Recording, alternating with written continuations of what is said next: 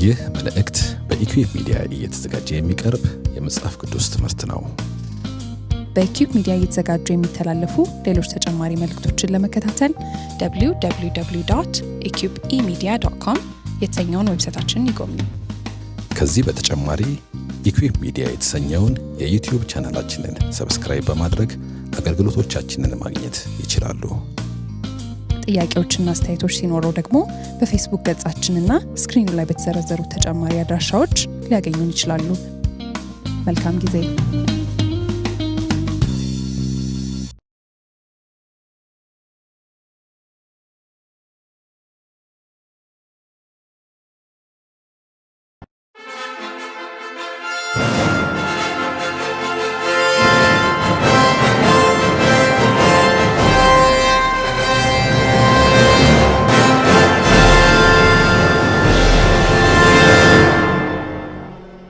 የትምህርት ክፍላችን የማቴዎስ ወንጌል ምዕራፍ 26 ከቁጥር 1 እስከ 16። ኢየሱስም የእነዚህን ቃሎች ሁሉ በፈጸመ ጊዜ ለደቀ መዛሙርቱ ከሁለት ቀን በኋላ ፋሲካ እንዲሆን ታውቃላችሁ፣ የሰው ልጅም ሊሰቀል አልፎ ይሰጣል አለ። በዚያን ጊዜ የካህናት አለቆች የሕዝብም ሽማግሌዎች ቀያፋ በሚባለው በሊቀ ካህኑ ግቢ ተሰበሰቡ። ኢየሱስንም በተንኮል ሊያስይዙት ሊገድሉትም ተማከሩ። ነገር ግን በሕዝቡ ዘንድ ሁከት እንዳይነሳ በበዓል አይሁን አሉ። ኢየሱስም በቢታንያ በለምጻሙ በስምዖን ቤት ሳለ አንዲት ሴት ዋጋው እጅግ የበዛ ሽቱ የሞላበት የአልባስጥሮስ ብልቃጥ ይዛ ወደ እርሱ ቀረበች። በማዕድም ተቀምጦ ሳለ በራሱ ላይ አፈሰሰችው። ደቀ መዛሙርትም ይህን አይተው ተቆጡና ይህ ጥፋት ለምንድን ነው? ይህ በብዙ ዋጋ ተሸጦ ለድሆች ሊሰጥ ይቻል ነበርና አሉ። ኢየሱስም ይህን አውቆ እንዲህ አላቸው፣ መልካም ስራ ሰርታለችና ሴቲቱን ስለምን ታውኳታላችሁ? ድሆች ሁልጊዜ ከእናንተ ጋር ይኖራሉና እኔ ግን ሁልጊዜ ከእናንተ ጋር አልኖርም። እርሷም ይህን ሽቶ በሰውነቴ ላይ አፍስሳ ለመቃብሬ አደረገች። እውነት እላችኋለሁ ይህ ወንጌል በዓለም ሁሉ በማናቸውም ስፍራ በሚሰበክበት እርሷ ያደረገችው ደግሞ ለእርሷ መታሰቢያ እንዲሆን ይነገራል። በዚያን ጊዜ የአስቆርቱ ይሁዳ የሚባለው ከ12 አንዱ ወደ ካህናት አለቆች ሄዶ ምን ልትሰጡኝ ትወዳላችሁ? እኔም አሳልፌ እሰጣችኋለሁ። እነርሱም 30 ብር መዘኑለት። ከዚያችም ሰዓት ጀምሮ አሳልፎ ሊሰጠው ምቹ ጊዜ ይሻ ነበረ። ይህ የእግዚአብሔር ቃል ነው። ጌታ አምላክህን በፍጹም ልብህ፣ በፍጹም ሐሳብህ፣ በፍጹም ኃይልህ ውደድ ተብሎ ተጽፏል በቃልህ።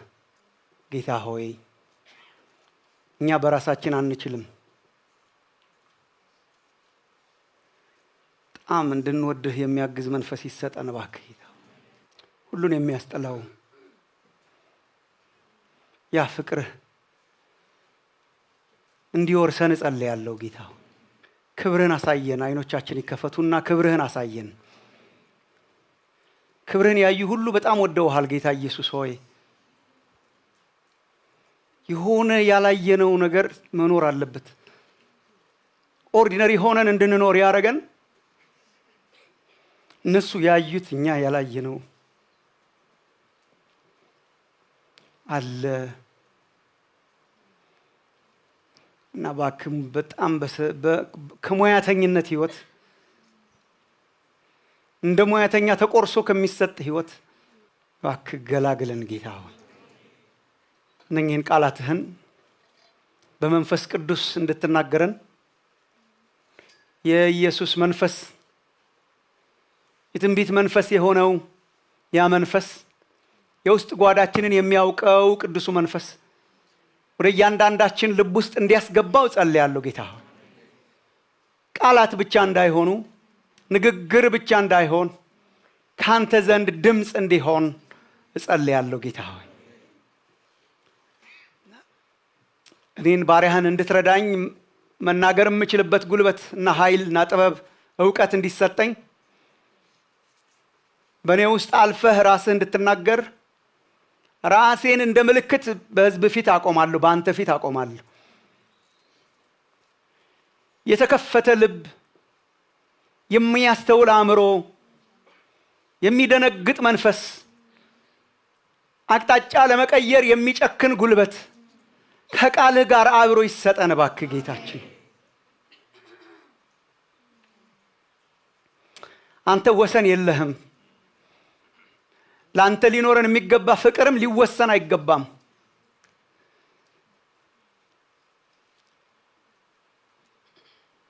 ይበቃል ያልነው የገደብነው አጥራችን የሚፈርስበት ምሽት እንዲሆን ጌታ ሆይ ሳንቆጥብ ሳንሳሳ ራሳችንን ላንተ የምንሰጥ ሶሳይቲ እንድታረገን እጸልያለሁ። ጊዜያችን የተባረከ አድርግልን። ስለ ሁላችን እናመሰግንሃለን። በጌታ በኢየሱስ ክርስቶስ ስም አሜን።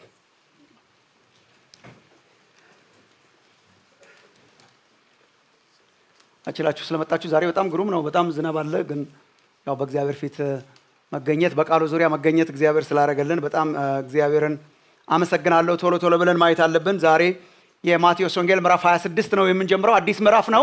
በየጊዜው እንደማስታውሳችሁ አዲስ ምዕራፍ ብቻ ሳይሆን ይሄ አዲስ ሴክሽን ነው። አዲስ ሴክሽን ብቻ ሳይሆን ይሄ የመጨረሻ ሴክሽን ነው፣ የመጨረሻ ክፍል ነው። የማቴዎስ ወንጌል ከዚህ ክፍል በኋላ ሌላ ክፍል የለውም። እስከ ዛሬ ድረስ በታሪክና በትምህርት በትርክትና በትምህርት እያደረግን እየከፋፈልን የተመለከትነው ይሄ ማብቂያው ነው። ማቴዎስ ወንጌል ምዕራፍ 26 እስከ 28 የመጨረሻዎቹ ናቸው። ከሁለቱም አልመደብናቸውም። ከሁለቱም ያልመደብንበት ምክንያት ክላይማክሱ ይሄ ስለሆነ ነው። ለብቻው ነው። ይሄ ለብቻው ነው። ክላይማክስ ነው፣ የመጨረሻው ነው፣ ማጠናቀቂያው ነው። ምዕራፍ 26 እስከ 28 ድረስ የኢየሱስን ሞት እና ትንሣኤ እና የሰጠውን ተልእኮ የያዙ ስፔሻል የሆኑ ምዕራፎች ናቸው። ይሄ እዚህ ላለንም የትም ሆነን ለምናደምጥ የወንጌል ዋናው ይሄ ነው። ወንጌል አይመረጥም፣ ግን ክላይማክሱ ይሄ ነው። ሁሉ ወደዚህ ነበር። ሁሉ ወደ እነኚህ ምዕራፎች ነው። እነኚህ ምዕራፎች ናቸው የወንጌላት ዋና። ወንጌል ያለ እነዚህ ወንጌል አይሆንም ነበር። እስከ ዛሬ ያየነው የኢየሱስ ታሪክና ትምህርትና ታሪክ ሆኖ ይቀር ነበር። ወንጌልን ትምህርትና ታሪክ ብቻ ሳይሆን ድርጊት ያደረጉት እነኚህ ምዕራፎች ናቸው።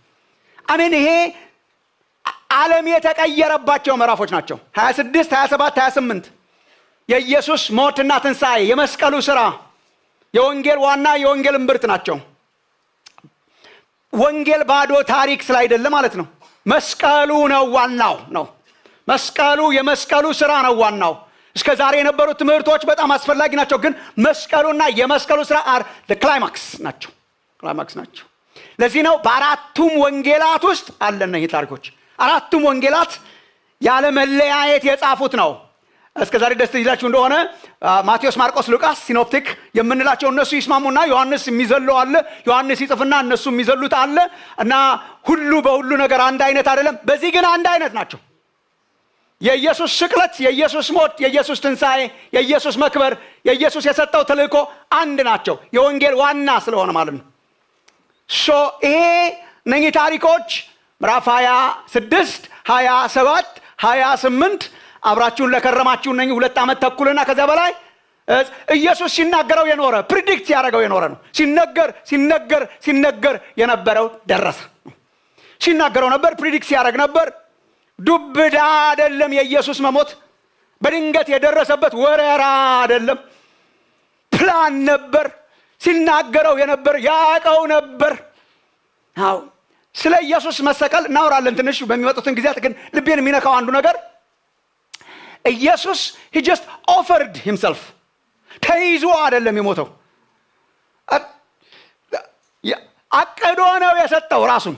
የእግዚአብሔር በግ እኛን ለማዳን በፈቃደኝነትና በደስታ ራሱን መስዋዕት አድርጎ እንደሰጠ የሚያሳያችሁ he was predicting። እየተናገረ ነው ወደሚሞትባት ከተማ የመጣው። ሰው እየተናገረ እንዴት ወደሚሞትባት ከተማ ይመጣል? እንደሚታሰር፣ እንደሚያዝ፣ እንደሚገደል ያወቀ ሰው ከሀገር ያመልጣል እንጂ ወደ መገደያ ከተማው እንዴት ይመጣል? ይሄ ነው የመጣበት። ለዚህ ነው የመጣው። ራሱን ለመስጠት ነው የመጣው። እንዴት ያስደንቃል የእግዚአብሔር ፍቅር! ፕሪዲክት ሲደረግ ነበር። አንዳንዶችን አስታውሳችኋለሁ፣ አነብላችኋለሁ ቶሎ እያልኩ። ማቴዎስ 16:21 ማቴዎስ ወንጌል ምዕራፍ 16:21 ማቴዎስ 16 እንዲያውም ደቀ መዛሙርቱ በተለይ ጴጥሮስ አይሁንብህ ጌታ ሆይ ያለው ማለት ነው። ማቴዎስ 16:21 ከዚያን ቀን ጀምሮ ኢየሱስ ወደ ኢየሩሳሌም ይሄድ ዘንድ ከሽማግሎችና ከካህናት አለቆች ከጻፎችም ብዙ መከራ ይቀበልና ይገደል ዘንድ በሶስተኛውም ቀን ይነሳ ዘንድ እንዲገባው ለደቀ መዛሙርቱ ይገልጥላቸው ጀመረ። ይህች ቴሊንግ እንሄዳለን ኢየሩሳሌም። የምንሄድበት ምክንያት የሰው ልጅ ይሰቀላል፣ ይገደላል እና በሶስተኛው ቀን ይነሳል። ለመሞት ነው የሚሄደው። ማቴዎስ ወንጌል ምዕራፍ 17 ቁጥር 17 12 ነገር ግን እላችኋለሁ ኤልያስ ከዚህ በፊት መጣ፣ የወደዱትንም ሁሉ አደረጉበት እንጂ አላወቁትም። እንዲሁም ደግሞ የሰው ልጅ ከእነርሱ መከራ ይቀበል ዘንድ አለው። እንሄዳለን፣ ከእነርሱ መከራ ይቀበል ዘንድ አለው። ማቴዎስ ወንጌል ምዕራፍ 17 ቁጥር 22 እስከ 23 ትንሽ ለማስታወስ ያህል ማቴዎስ 17 22 እስከ 23 በገሊላም ሲመላለሱ ኢየሱስ፣ ገሊላ ማለት ኖርዘርን እስራኤል በሰሜኑ በኩል በነበሩ ጊዜ የሰው ልጅ በሰዎች እጅ አልፎ ይሰጥ ዘንድ አለው፣ ይገሉትማል። ቁጥር 23 በሶስተኛው ቀን ይነሳል አላቸው፣ እጅግም አዘኑ ይላል። እየተናገረ የመጣበት ነው እንጂ ዱብዳ ነገር አይደለም። መስቀል የእግዚአብሔር ፕላን ነበር ከመጀመሪያው።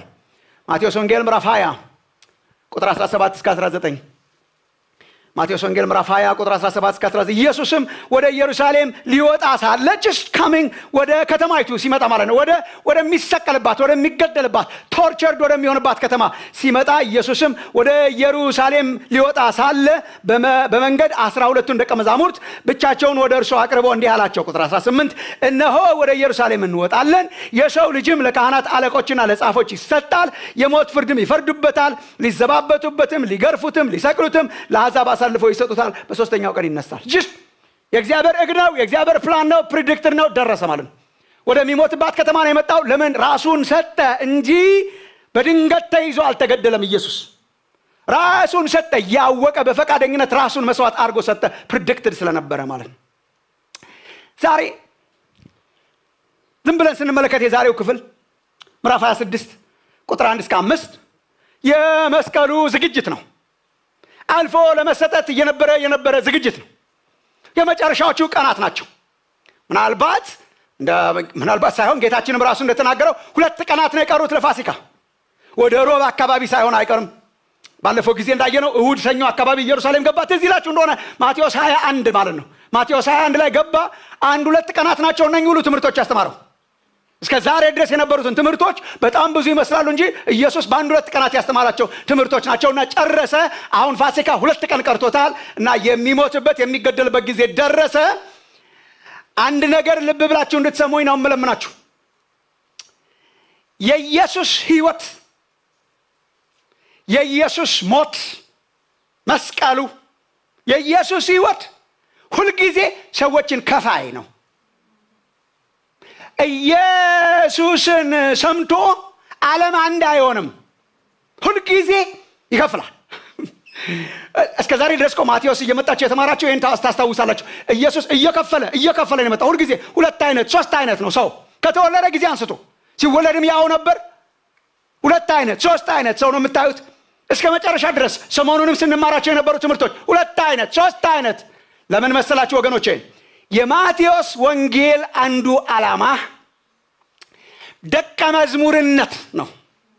ኢየሱስን መከተል ነው እና ሲጀምርም ሲያልቅም የኢየሱስ ተከታዮች ማፍራት ነው። ዲሳይፕልሺፕ ነው። ስለዚህ አማራጮችን ይሰጠንና ምረጥ ነው መልእክቱ። የትኛው ካምፕ ነህ ነው። አንዱ ጋር አለን እና ምረጥ።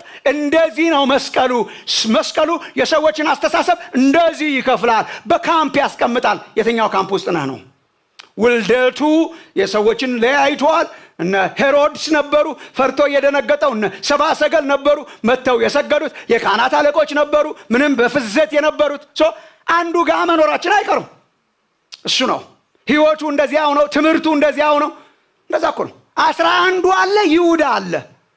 ምንም ማድረግ አትችሉም። በቃ እዚህ ለዚህ ነው የኢየሱስ ትምህርት ይከፍላል። ምን አትችስ እየተከተሉ የነበሩት እንኳን 2 አይነት ናቸው። ዲቫይድ የት ነን ያለ ነው። ዛሬ የኔ ቻሌንጅ ይሄ ነው። የት ናችሁ ነው። እሱን ላቀርብላችሁ ሞክራለሁ። መስቀሉ ገና ሲጀምር በዝግጅቱ፣ የዛሬው መልእክት ገና በዝግጅቱ ማቴዎስ 26 ገና በፕሪፓሬሽን ሊሰቀል ጥቂት ቀናት ነው የቀሩት። 2 ቀናት ነው የቀሩት። ይሄ ዝግጅቱ ነው። ገና በዝግጅቱ እንኳን 3 አይነት ምላሾች መኖራቸውን ያሳያቸዋል። እሱ ነው የምናየው። 3 አይነት ሪስፖንስስ ነበሩ። ያመጣቸዋል። ሰብ እያደረገ አንድ ላይ ያስቀምጣቸዋል። እየሳበ አንድ ላይ ያስቀምጥልናል። ገና ወደ መስቀሉ ሲሄድ ኢየሱስ 3 አይነት አቋሞች፣ 3 አይነት ምላሾች፣ 3 አይነት ሪስፖንስስ ነበሩ። የትኛው ጋር ነን ነው። እነሱን ለማንሳት ሞክራለሁ። የሚገርም ነው። ጌታችን አልፎ ለመሰጠት ዝግጅት የጀመረበት ምዕራፍ ነው። ምዕራፍ 26 በጣም ልብ የሚነኩ ነገሮች አሉት። መግለጥ የምችልበትን ጉልበት እግዚአብሔር ይስጠኝ።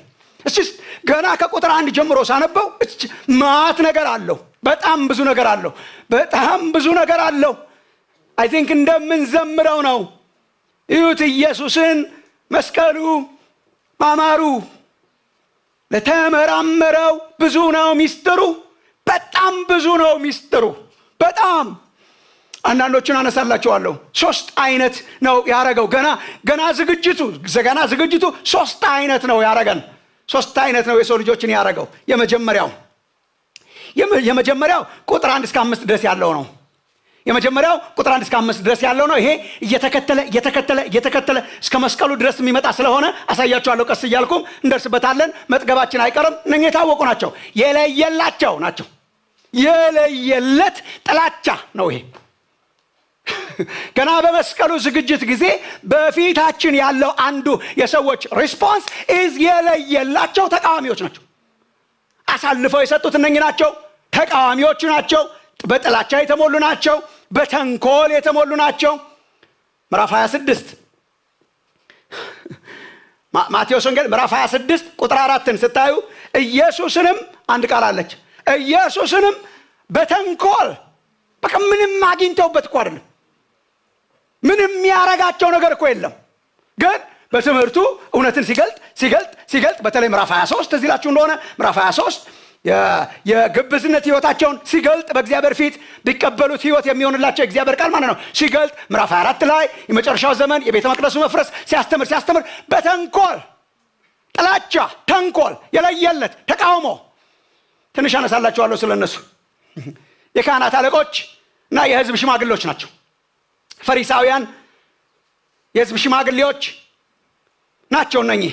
ቁጥር 3 በዚያን ጊዜ የካህናት አለቆች የህዝቡም ሽማግሌዎች ከሊቀ ካህናቱ ጋር ቀያፋ ጋር እነኚህ የአይሁድ ሸንጎ ይባላል፣ ሳንሄድሪን ይባላል። ምናልባት ሰዱቃውያንም ሳይኖሩ አይቀሩም። ምክንያቱም ሸንጎ ካለ ሸንጎ ሳንሄድሪን እነሱን ኢንክሉድ ያደርጋል።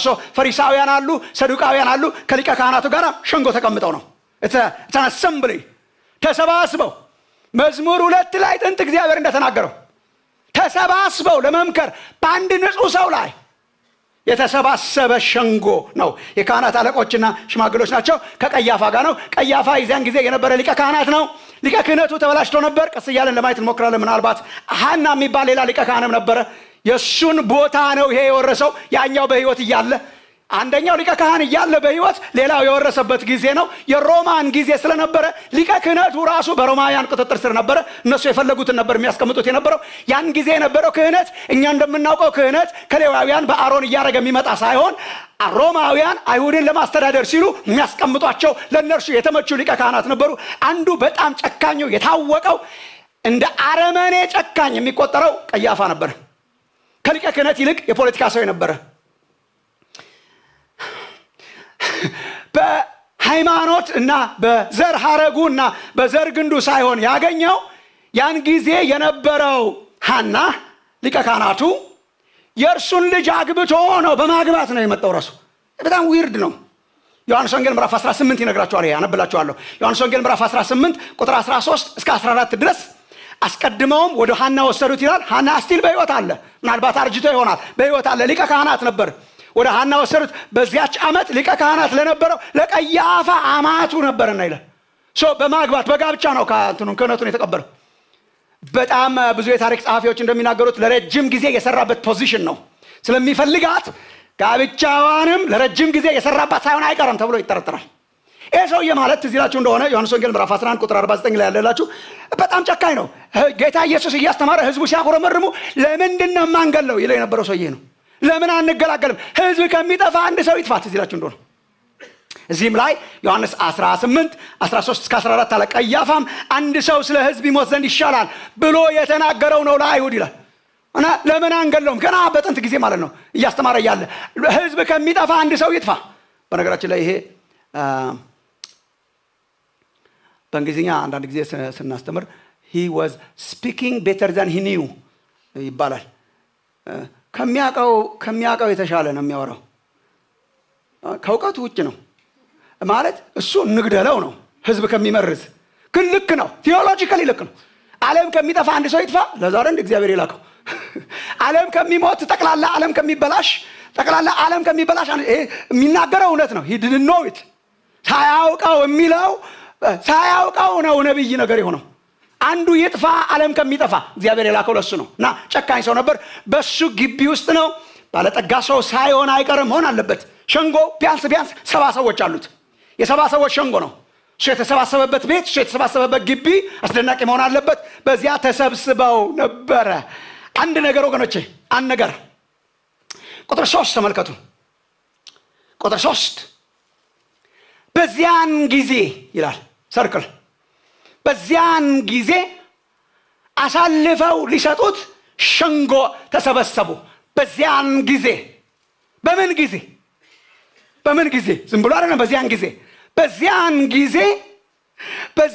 ጊዜ የሚሰቅሉት አሳልፈው የሚሰጡት ዋናው የስልጣን እጅ ያላቸው ካህናት ከባለስልጣን ጋራ ከሊቀ ካህናቱ ጋራ እርሱን አሳልፈው ለመስጠት በተንኮል አሳልፈው ለመስጠት ተሰበሰቡ። በምን ጊዜ? በዚያን ጊዜ። በምን ጊዜ? ባጭሩ ምን መሰላችሁ? በራሱ ጊዜ፣ በኢየሱስ ጊዜ። ኢየሱስ አልፎ የተሰጠው በራሱ ጊዜ ነው። በፈለጉት ጊዜ አይደለም። የሰቀሉት። በፈለጉት ጊዜ አይደለም የገደሉት። በዚያን ጊዜ። በምን ጊዜ? ተመልከቱ ቁጥር 1 እና 2። 1 በጨረሰ ጊዜ he's done። ትንሽ ኩራት ብሎኝ ስለነበረ ሰሞኑን እግዚአብሔርን ሳስበው ታገሱኝ ኮራ ካልኩ ማየት አምላክ ነው። በእነሱ ተርም ሳይሆን በራሱ ተርም ነው የሞተው። በእነሱ ጊዜ ሳይሆን በራሱ ጊዜ። ኢንፋክት ይሄንን ሴክሽን አንብቤ ስጨርስ ራሳችሁ ትታዘባላችሁ። በዚህ ሰሞን ባይሆን ጥሩ ነው ስምምነታቸው። ይሄ የዚህ ስብሰባ ዋና ውጤት ፋሲካ ሰሞን ባይሆን ጥሩ ነው፣ ህዝቡ ስለሚያመጽብን። እግዚአብሔር ከሰማይ ሆኖ በዚህ ጊዜ ነው። በጣም ብዙ ጊዜ በዚህ ጊዜ እንግደለው ብለዋል። እግዚአብሔር አይሆንም ብሏል። ይሄ ሰሞንስ በዚህ ጊዜ ነው። in his own terms. look ኢየሱስ እነዚህን ቃሎች ሁሉ በፈጸመ ጊዜ now he's done። ማሳየት ያለበትን ህይወት አሳይቷል። ማስተማር ያለበትን ትምህርት አስተምሯል። ቃላቶቹን ጨርሷል። now he is done። እንዳከናውን የሰጠኸኝን ስራ ፈጽሜ አከበርኩ ይላል ዮሐንስ 17። የመጣበትን ፈጸመ፣ ጨረሰ። ትምህርቶቹ ተጠናቀቁ ማለት አቦርት አድርገውት አይደለም፣ በድንገት ይዘውት አይደለም፣ ከፕሮግራም ውጭ ተይዞ አይደለም። this is just God's program። የእግዚአብሔር ፕሮግራም ጨረሰ። እግዚአብሔር አምላክ የሰው ጥገኛ አይደለም። እግዚአብሔር አምላክ በሰው ፕሮግራም የሚሰራ ሳይሆን አለው የራሱ ፕሮግራም። አልፎ ራሱን ሲሰጥ እንኳን አሳልፎ ራሱን ሲሰጣቸው በዚያን ጊዜ በምን? በጨረሰ ጊዜ። ደግሞስ መጨረስ ብቻ ሳይሆን ጀሰይድ ፕሪዲክት አደረገ። እንደገና ቁጥር 2 ያውም ምናልባት አንድ ቦታ ላይ ነው ስለ መስቀል ያወራው ኢየሱስ ቬሪ ግራፊክ በሆነ መንገድ። ግራፊክ ናው ስፔሲፊክ። እንዴት ነው ሰው የሚሞትበትን ስፔሲፊክ አለ ኢየሱስ። ከሁለት ቀን በኋላ 2 ቀን ቀረው ታውቃለህ። ከ2 ቀን በኋላ ፋሲካ እንዲሆን ታውቃላችሁ። የሰው ልጅም ሊሰቀል አልፎ ይሰጣል። በዚያን ጊዜ ተሰበሰቡ። እነሱ ቁጭ ብለው የሚያስቡት ሸራቸውንና ተንኮላቸውንና ፓርቲያቸውንና የስብሰባቸውን ውሳኔ ለማስፈጸም የተሰበሰቡ ነው። አይ ጨርሻለሁ ስላለ ነው። ጨርሻለሁ፣ ትምህርቱን ጨርሷል፣ 2 ቀን ቀረኝ አለ። በዚያን ጊዜ ተሰበሰቡ። አምላክ በእነሱ ተሽከርካሪ ሳይሆን እነሱ በአምላክ ተሽከርካሪ ናቸው። አነብላችኋለሁ ክፍሎችን። እግዚአብሔር በድንገት አምልጦ የሆነ ነገር አይሆንበትም። እዚህ 2 ቀን በኋላ ሰቀላለሁ አለ። ኢየሱስ እነኚህን ቃላት በፈጸመ ጊዜ ደግሞስ ከ2 ቀን በኋላ ሰቀላለሁ ባለ ጊዜ በዚያን ጊዜ ለማስፈጸም ተሰበሰቡ። they didn't know it። አላወቁም። እነሱ የራሳቸው ሐሳብ መስሏቸዋል። ተሰባሰቡ። ብቻ ሳይሆን ወገኖቼ ተመልከቱ፣ መጨረሻ ላይ የነገርኳችሁ ቁጥር 5 ሊገድሉት ተማከሩ። ግን በህዝቡ ዘንድ ሁከት እንዳይነሳ ስላሰቡ በዚህ ሰሞን አይሁን አሉ። አይገርማችሁ? ኢየሱስ ፋሲካ ስለደረሰ እሰቀላለሁ ይላል። እነሱ እዚህ ቁጭ ብለው ፋሲካ ስለደረሰ በፋሲካ አይሁን ይላል። ማቴዎስ ምን ሊነግረን ነው የሚፈልገው? ሂዝ ተርምስ የራሱ የኢየሱስ በዚያን ጊዜ ነው የተሰቀለው። ጌታ ኢየሱስ ከቁጥጥሩ ውጪ በሆነ መንገድ እንደ ወንጀለኛ ተይዞ የታሰረና የተገደለ ሳይሆን ራሱን አሳልፎ የሰጠ እንደ ወንጀለኛ ነው የያዙት from their perspective። ከእግዚአብሔር ፐርስፔክቲቭ ጊዜው ደርሷል፣ ትምህርት ጨርሻለሁ፣ ተጠናቋል፣ ከሁለት ቀን በኋላ ተሰቀላለሁ ዳን። እነሱ አይሆንም፣ እሱ ይሆናል። ይሄ ነገር በጣም እንድታደንቁት ካላደነቃችሁት ከዚህ በፊት ኢየሱስ የሚገደልበት ጊዜ አሁን ነው ብለው ነበር። እግዚአብሔር ከሰማይ አይሆንም እያለ ነው የኖረው። እንግደለው ሲሉ አይሆንም። እኔ በጣም የሳኩት ለዚህ ነው። እንግደለው ሲሉ አይሆንም ሲል ኖሮ ሰሞኑን አንግደለው ሲል አሁን ነው አለ። ፋሲኔት ያደርገኛል። ለምሳሌ በልጅነቱ ታስታውሳላችሁ ምዕራፍ 2 ላይ ሄሮድስ ህፃናትን በቤተልሔም የሚያስጨፈጨፈው ሊገለው ነው። አይሆንም አለ እግዚአብሔር። ወደ ግብፅ አስወጣው። አለቀለት ስንል አይሆንም ይላል። ጊዜው አልደረሰማ። እግዚአብሔር በራሱ ጊዜ የሚሰራ አምላክ፣ በራሱ ፈቃደኝነት ያዳነን አምላክ። የእግዚአብሔር ጥልቅ ፍቅር እንድንረዳ ማይ ፍሬንድስ እንደ ወንጀለኛ ቆጠር ነው ይላል 53ኛው ምዕራፍ ላይ ኢሳይያስ። እንደዛ እኮ አይደለም፣ እንደ ተሰጠ በግ ነው። ራሱን እንዳቀረበ በግ ነው። በሸላቾቹ ፊት ራሱን እንዳቀረበ በግ ነው። ሄሮድስ ሞከረ፣ ጊዜው አይደለም አለ እግዚአብሔር። ሉቃስ ወንጌል ምዕራፍ 4 ቶሎ ቶሎ ላንብብላችሁ አንዳንድ ጥቅሶች። እግዚአብሔር ኖ ያለበት ማለት ነው። እነሱ የስ ሲሉ እግዚአብሔር ኖ፣ እነሱ የስ ሲሉ እግዚአብሔር ኖ ሲል ከርሞ እነሱ ኖ ሲሉ he said yes. I love that. ሉቃስ 4 28 እስከ 30 በምኩራብ የነበሩ ሁሉ ይህን ሰምተው ቁጣ ሞላባቸው ይላል። ከዚላችሁ እንደሆነ ማን ነው ሉቃስ ወንጌል ምዕራፍ 4 ኢየሱስ በምኩራብ ተገኝቶ የጌታ እግዚአብሔር መንፈስ በእኔ ላይ ነው ያለው። ከዚላችሁ ኢሳይያስ 68 ተጠቅሶ የጌታ እግዚአብሔር መንፈስ በእኔ ላይ ነው ለድሆች የምስራች የመሲሁን ጥቅስ ጠቀሰና ጌታ ኢየሱስ እሱን አነበበና አንብቦ ሲጨርስ ዛሬ እኮ በዓይናችሁ ቤት ይሄ ተፈጸማል። አከራካሪ ነገር ተናገረ። አይ አም ዘ መሳያ አለ። መሲሁ እኔ ነኝ አለ። ያን ጊዜ በምኩራብ የነበሩ ሁሉ ይህን ሰምተው ቁጣ ሞላባቸው፣ ተነስተው ከከተማ ውጭ አወጡት ይላል። ይዘውት ማለት ነው ከከተማ ውጭ አወጡት። ይጥሉትም ዘንድ ከተማቸው ተሰርታባት ወደ ነበረች ወደ ተራራ አፋፍ ላይ ጫፍ ላይ ቆሙት ይላል። አሁን እኮ this is a yes እንገለዋለን yes ተመሻሽቷል። ገደል ጫፍ ላይ ከተማይቷ የተሰራችበት ገደል ጫፍ ላይ አርጋውት ይዘውት ሊጥሉት ሲሉ እርሱ ግን በመካከላቸው አልፎ ሄደ። እተኖ ጊዜው አልደረሰማ። ተገዶ የተገደለ ሳይሆን ኢየሱስ በፈቃደኝነት ራሱን የሰጠን መሲህ ነው። ነው ዮሐንስ ወንጌል ምዕራፍ 5 ቁጥር 58 አምላክነቱን የእግዚአብሔር ልጅነቱን እነርሱም የኃጢአት ባሮች መሆናቸውን ያስተማረበት ምዕራፍ ነው። ዮሐንስ ወንጌል ምዕራፍ 8 ቁጥር 59 ላይ ስለዚህ ሊወግሩት ድንጋይ አነሱ። ኢየሱስ ግን ተሰወራቸው ይላል። ከመቅደስም ወጥቶ በመካከላቸው አልፎ ሄደ። ወግረው ሊገሉት ነበር። አምላክ ነኝ ስላለ መግደል አለባቸው። አምላክ ነኝ ስላለ ወግረው ገድለው መሸኘት አለባቸው። ይሄ ነው አምላክ ነኝ ሰው ካለ ብላስፈሚ ስለሆነ እግዚአብሔር መሳደብ ስለሆነ መገደል አለበት። ህጉን ሊፈጽሙ ድንጋይ ሲያነሱ ተሰውሮ ጠፋ። እነሱ they were saying yes፣ እግዚአብሔር he was saying no። ዮሐንስ ወንጌል ምዕራፍ 10 ቁጥር 39 አንዳንድ ጊዜ እንዴት አይነት ሞኞች ነን። እግዚአብሔር የሆነ ነገር ሳት ብሎት እንደሆነበት ምናስብ ሳት እኮ አይለውም። እግዚአብሔር ያለው ይሆንለታል፣ ያለው ይሆንለታል። ዮሐንስ ወንጌል ምዕራፍ 10 ቁጥር 39 እንግዲህ ደግሞ ሊይዙት ፈለጉ፣ ከእጃቸው ወጣ ይላል። እግዚአብሔር ይሰይ ኖ ኖ ኖ ኖ ኖ አሁን ግን ያስ አለ እግዚአብሔር። እነሱ ኖ አሉ። በበዓል አይሁን። ምክንያቱም በበዓሉ ከሆነ በበዓል አረገው። በነገራችን ላይ በፋሲካ አረገው። በፋሲካ ከሆነ በጣም ብዙ ህዝብ ነው ኢየሩሳሌም የሚያጥለቀልቃት። ኦልሬዲ ተጥለቅልቃለች ከተማይቷ። ሆሳና የዳዊት ልጅ እያለ የዘመረው የኢየሩሳሌም ከተማ ነዋሪ ብቻ አልነበረም። ከገሊላ ከሰሜን እስራኤል ሁሉ የመጣ ነው። በጣም ብዙ ሺህ የሚቆጠር ህዝብ ነው የሚገኘው ኢየሩሳሌም በፋሲካ በዓል። አንዳንድ ሰዎች ከሚሊዮን በላይ ያደርጉታል። ከተማይቷ ትጨናነቃለች። በበግና በኮርማ በሚሰዋ መስዋዕት እንስሳ በጣም የምትሞላበት ጊዜ ነው። ምናልባት ከ250 ሺህ በላይ በጎች ይገደሉ ነበር ተብሎ ይታሰባል። በዚያን ጊዜ ይታረዱ ነበር በመሰዊያው ላይ። በጣም ብዙ ሺህ ህዝብ ነው የሚመጣ እና ግርግር ስለሆነ ለሮማውያን በጣም ትልቁ ሴኩሪቲ ማስጠበቂያ ጊዜ እሱ ነው እና በጥንቃቄ የሚቆሙበት ነው። ሁከት አያስፈልግም። አንድ ላይ ከተገኘ ህዝብ ሁከት አያስፈልግም። ጸጥታ ለማስጠበቅ በጣም እንትን የሚያደርጉበት ጊዜ ነውና በእነኚህ ሰዎች ምክንያት ይሄንን ሰውዬ ለመያዝ ሲባል ግርግር ቢፈጠር እንደሚጠይቁ ያውቋታል። ለዚህ ነው በሐሰት የከሰሱት። እንመጣበታለን። ኢየሱስ ደግሞ ሳምሃው ህዝቡ አብሮት ሆኗል።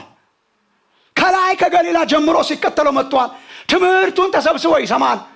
ማለት ብቻውን ቢያገኙት አንድ ነገር ነበር። ብቻውን አይደለም፣ በህዝብ መሃል ነውና አሁን ተመልከቱ የነሱን ጥበብ። አሁን እኔ አንደኛ ቆሮንቶስ ምዕራፍ 1 ላይ የእግዚአብሔር ጥበብ ነው መስቀል ሲል በጣም እገረማለሁ። አሁን የሰው ጥበብ አሁን አንግደለው። ምናልባትም በመስቀልም ሊያሰቅሉት ይችሉ ነበር። ፕሮባብሊ በድብቅ ሊገሉት ይችሉ ነበር። የእግዚአብሔር ሐሳብ እሱ አይደለማ። እንደ አንድ ሰው መጥቶ በድብቅ እንዲሞት ሳይሆን በመስቀል ላይ ስለኛ እንዲሞት ስለሆነ ሶሰይድ ኳየትሊ እንገለዋለን በሌላ ጊዜ። አሁን አይሁን and በዚያን ጊዜ አይሁን ባሉበት ጊዜ እግዚአብሔር ይሁን አለ። ይሄ ምን ፕሩቭ ያደርግልናል? ዮሐንስ ወንጌል ምዕራፍ 10 ቁጥር 17 እስከ 18 አነብላችኋለሁ። ዮሐንስ ወንጌል ምዕራፍ 10 ቁጥር 17 እስከ 18 ነፍሴን ደግሞ አነሳት ዘንድ አኖራለሁና አለ ኢየሱስ። ነፍሴን አነሳት ዘንድ አኖራለሁና ስለዚህ አብ ይወደኛል። ቁጥር 18 እኔ በፈቃዴ አኖራታለሁ እንጂ ከኔ ማንም አይወስዳትም። ኢየሱስ ፈቃደኛው በግ ነው። እስከዚህ ድረስ ነው የወደደን። ጆሮው ተጎትቶ አይደለም የተሰቀለልን። አንገላተውታል፣ ጎትተውታል መሆን ስላለበት። ኢየሱስ ፈቃደኛው በግ፣ ራሱን መሰዊያ ላይ ያረገ በግ። እኔ በፈቃዴ አኖራታለሁ እንጂ ከኔ ማንም አይወስዳትም። ላኖራት ስልጣን አለኝ፣ ደግሞ ላነሳት ስልጣን አለኝ። that's it። ከአባቴ የተቀበልኩት ስልጣን ይሄ ነው። አኖራታለሁ፣ እሞታለሁ ማለት ነው። አነሳታለሁ ራሴ። ሰው ሳይሆን መስቀል የሰው የፈጠረው የኃይለኞች ግፍ የፈጠረው የድንገት አጋጣሚ ሳይሆን በእግዚአብሔር እቅድ በኢየሱስ ፈቃደኝነት የመጣ የማዳኛ መንገዱ ነው። እግዚአብሔር የተባረከ ይሁን። አሁን ነው አለ። ለምን ማይ ፍሬንድስ? በፋሲካ አይሁን አሉ። ኢየሱስ ከሁለት ቀን በኋላ ፋሲካ ነው፣ በፋሲካ ይሆናል አለ። ምን እየነገራችሁ ነው? አንደኛ ቆሮንቶስ ምዕራፍ 5 ቁጥር 7 በአይምሮአችሁ አይመጣም? አንደኛ ቆሮንቶስ ምዕራፍ 5 ቁጥር 7 የፋሲካ በጋችን ኢየሱስ ታርዷልና። ጳውሎስ የፋሲካ በጋችን፣ በጥንት ትርጉም ፋሲካችን ክርስቶስ በፋሲካ መሆን ነበረበት። እነሱ በፋሲካ አይሆንም፣ እሱ በፋሲካ ነው። ለምን? የነፃ መውጣት በዓል ነው ፋሲካ። ፋሲካ እንደዛ ነው። ፋሲካን ኢንስቲትዩት ያደረገላቸው እግዚአብሔር ዘጸአት ምዕራፍ 12 እዚህ ላችሁ እንደሆነ የመጀመሪያው ፋሲካ። በነገራችን ላይ ፋሲካ ማለት ማለፍ ማለት ነው። ፋሲካ የሚል ስም ያላችሁ እንደዛ ማለፍ ማለት ነው። ፓስ ኦቨር በእንግሊዝኛ ፓስ ኦቨር ምን ማለት ነው? አልፎ መሄድ ማለት ነው። አልፎ መሄድ።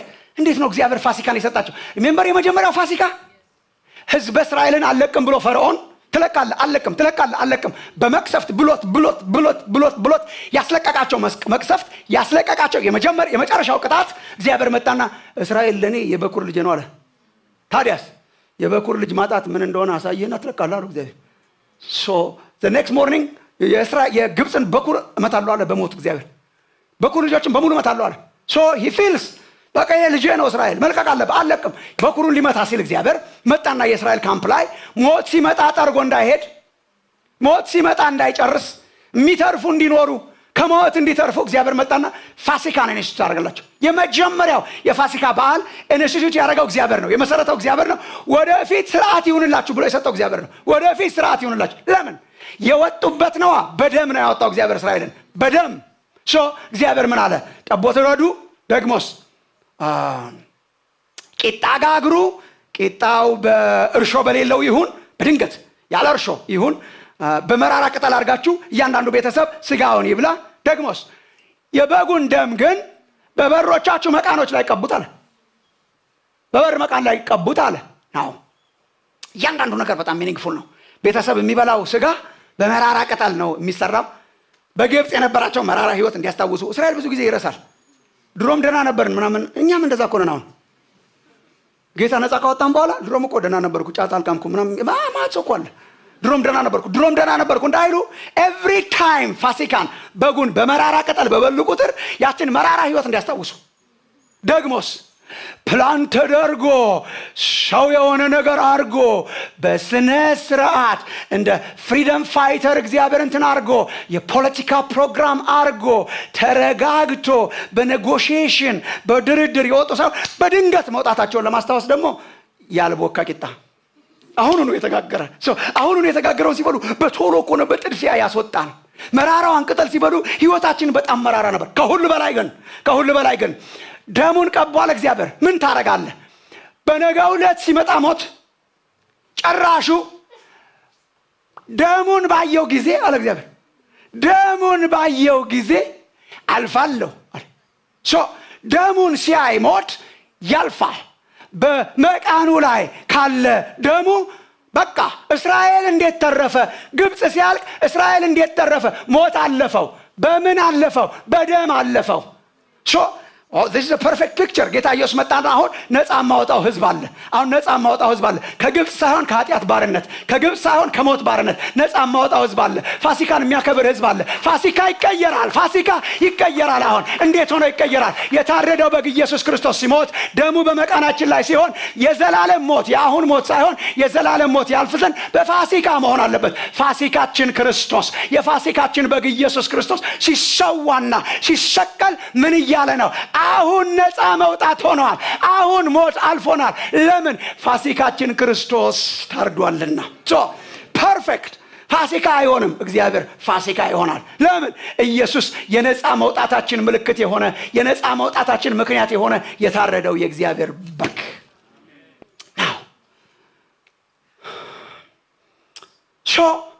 በተንኮል ምንም ያላረገውን ምንም ያልሰራውን ወንጀል ያልተገኘበትን ወንጀል ለመፈብረክ መከራ በልተው እነሱ መቅጣት አይችሉም፣ እነሱ መግደል አይችሉም።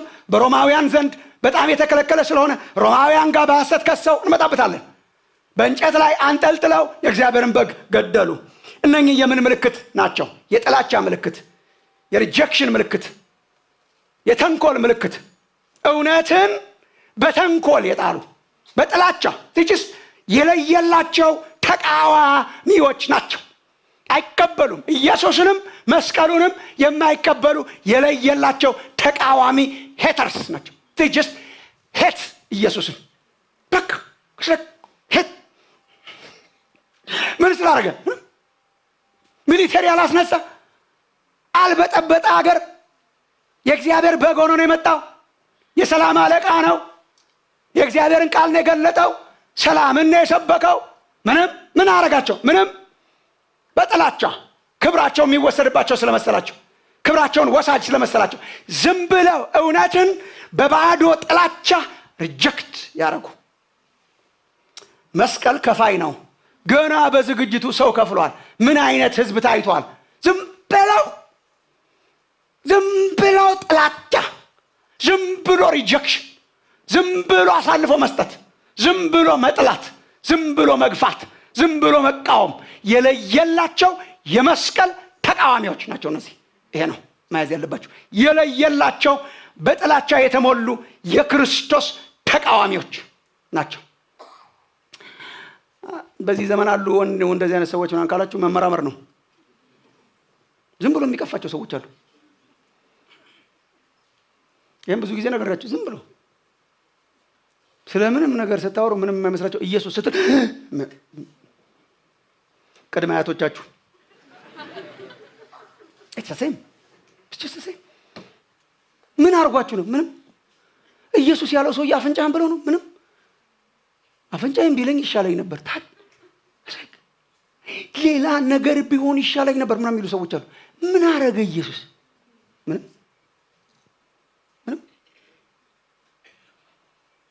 እነሱም ራሱ አያውቁትም። ምንም አያውቁትም። አንዳንድ ፐብሊክ ቦታ ለመናገር ስትሄዱ ጥሩ ነው የሃይማኖት ነገር በጣም አታብዛ ይላሉ። መጀመሪያ ደረጃ እኔ ተብያቃለሁ፣ ጥቂት ጊዜ ተናግሬ ያውቃለሁ አንዳንድ ፐብሊክ ቦታ እና የጋበዙኝ ሰዎች ራሱ ያሳዝኑኛል። እኔ ተናግሬያቸዋለሁ ከዚህ በፊት ጥቂት ጊዜ ነው። እኔ በጣም አልችልም፣ መጽሐፍ ቅዱስ ሳልገልጥ ማውራት አልችልም። የእውነት ነው እና መጥቀስ አለብኝ እና ብቻ የሆነ ቦታ ተጋበዝኩ ማለት ነው፣ በጣም ፓብሊክ ቦታ እና የጋበዘኝ ሰውዬ ያሳዘነኝ አስተባባሪው ሰውዬ ማለት ነው። እና ሰብስቦን ከሌላ ሃይማኖትም የሄድን ተናጋሪዎች ስለነበርን ሰበሰበንና ይቅርታ ያው ጥሩ ነው ከሃይማኖት መምጣታቸው ጥሩ ነው፣ ሃይማኖት እንዳይበዛ አለ አንዴ። በኋላ እሺ ሲባል እኔ ተናገርኩ፣ አይ ይሄ ነገር ወይ በጊዜ ቢያሰናብቱኝ ይሻላል ጌታዬ። እኔ የእውነት ነው የምነግራቸው፣ ምንም ኤግዛጀሬሽን የለውም። ምናልባት ይሰማኝ ይሆናል ሰውየው። I just said I'm sorry። እኔ ደግሞ ባይብል ይዣለሁ እና ሲይዘው ነው I think የወሬው መነሻ ምን ሳልሆን አልቀርም። ምክንያቱም የሃይማኖት መጽሐፍ ያስቆጥ እኔ ብቻ ነኝ ከሃይማኖቶች አብረን ካለ ነውና እና ትንሽ እንዳይበዛ ነው። አይ እኔ I'm sorry እኔ አልችልም አልኩት። እኔ ጥቅስ ሳልጠቅስ መናገር አልችልም፣ መጽሐፍ ቅዱስ ብቻ ነው መናገር የምችለው እንጂ እኮ መጽሐፍ ቅዱስ ሳልጠቅስ አልችልም ወይ አልችልም። ብቻ ሳይሆን መጨረሻ ላይ የመጨረሻው ኔጎሺዬሽን እሺ አምላክ እግዚአብሔር ምንም አይደለም ፈጣሪ በተቻለ መጠን በቃ ሌላ ነገር ኢየሱስ አልችልም ፐብሊክ አይወደውም ኢየሱስን we know that። መቼም ቢሆን አይሁድ ምልክትን ይለምናሉ፣ የግሪክ ሰዎችም ጥበብን ይሻሉ። እኛ ግን የተሰቀለውን ክርስቶስን እንሰብካለን። ማሰናከያ እንደሆነ እያወቀን ማሰናከያ ለግሪካውያኑ ሞኝነት እንደሚሉት ለአይሁድ ማሰናከያ። ለምን እንደሚሰናከሉ በቃ ይሰናከላሉ። ታዲያ ምን ይሻላል? አብረንነት ኖ በተቻለ መጠን ኢየሱስ አይኖር። ምን ስላረገ? እኔ እኮ አሁን የሚገርመኝ ኢቨን በዓለም ዙሪያ ምን ስላረገ he just መጥቶ ሞተ። እሻውን ይሄ ምን ያነድዳል? በቃ ሰይጣን መስቀል እንዴት እንደሚጠላ የምታውቁ ለዚህ ምን ያነድዳል? ሄድክና ነገርካቸው ለአንድ ሰው ኢየሱስ ክርስቶስ መጥቶ ሞተ። ሻው ለምንድን ነው በጣም የሚበሳጨው? በቃ አለ መስቀል ከፋይ ነው። ምን አይነት አሉት? ጨካኝ፣ ተንኮለኛ፣ በጥላቻ ምክንያት እስከ መጨረሻ ገፍትረው የጣሉ የለየላቸው ነው የምለው። ይሄን ያለየለት ስላለ መጨረሻ ላይ አሳያችኋለሁ። በአንድ በኩል እነዚህ ይሻሉኛል። ትራክት ትሰጣቸዋለህ። ይሁዳን ምን ታደርገዋል? ደግነቱ ማቴዎስ እረፍት ሊሰጠን ስለፈለገ መጨረሻ ላይ ነው ያመጣው እንትናን ይሁዳ። አይ ቲንክ ማቴዎስ ከሌሎቹ ወንጌል ጸሐፍት ይልቅ ትንሽ እንድንተነፍስ የፈለገ ይመስለኛል። አሁን ከነኚህ ሰዎች ቀጥሎ ይሁዳም ቢል ትንሽ እንድንተነፍስ የሰነበተ ታሪክ አምጥቶ እዚህ ላይ የሚቀጥለው ታሪክ ባይ ዘ ወይ የሚቀጥለው ታሪክ ጊዜ ጠብቆ የመጣ አይደለም፣ ክሮኖሎጂካል አይደለም። ቀጥሎ ያመጣው ታሪክ ያለፈው ሳምንት ታሪክ ነው። እነ ዮሐንስ ያለፈው ሳምንት እንደሆነ ነግረውን ነው የጻፉት፣ ፋሲካ ከመድረሱ ከ6 ቀን በፊት። ከዚህ ቀጥሎ ያለው ታሪክ እኮ ሆኗል እኮ አሁን አይደለም። ቆጥቧታል ማቴዎስ ቆጥቧታል። የመስቀሉ ሪስፖንስ እንደሆነ ያውቀዋል፣ ስለ መስቀል እንደሆነ ያውቀዋል። እና ልክ ኢየሱስ ይሄ ነገር የሆነው በነገራችን ላይ አሁን ቀጥሎ ማነብላችሁ ይሄ ነገር የሆነው ኢየሩሳሌም ከመግባታቸው በፊት ከቢታንያ እያኮበከቡ ቢታንያ አካባቢ ከእነሆ ንጉስሽ በፊት ሆሳና በፊት የተፈጸመውን ታሪክ ዮሐንስ ያን ሰሞን አድርጎ ነው የሚነግረን። እንትና ማቴዎስ ያቆያትና ቆይ ልንገራችሁ ሌሎችም አይነት ሰዎች አሉ ብሎ ትንፋሽ ይሰጠናል። ጥሩ ትንፋሽ አስገኝ ሰው ያርጋችሁ እግዚአብሔር። እንደዚች ሴት አንዲት ሴት ያመጣና እንደው ምን አይነት ሴት ናት? እንደው ምን አለበት ብናውቃት? ምን አይነት ሴት ናት? ስሟን እንደው አይነግረንም ማቴዎስ።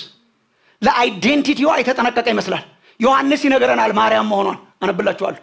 ምን አይነት ሴት ናት? ሰው ያልገባው የገባት፣ ሰው ያልታየው የታያት፣ ሰው ያልተገለጠለት የተገለጠላት። በመስቀሉ ዝግጅት ወቅት ያ የለየላቸው ገፍታሪዎች ነበሩ። ታዲያስ ዓለም ግን በእነኚህ ብቻ የተሞላች ብትሆን ተጨናንቀን እንሞት ነበር። ዓለም በእነኚህ ብቻ የተሞላች ቢሆን ወንጌል በጣም ተስፋ ቢስ ይሆን ነበር። ወንጌል እስከ መጨረሻ ድረስ ተስፋ አለው። ለምን? እግዚአብሔር ትውልድ አለው። ምን አይነት? በመሃል የሚመጣ የሆነ ትውልድ አለው። በመሃል በቃ የተለየ ዩኒክ ትውልድ አለው። በማን የተመሰለ? በዚች ሰው የተመሰለ።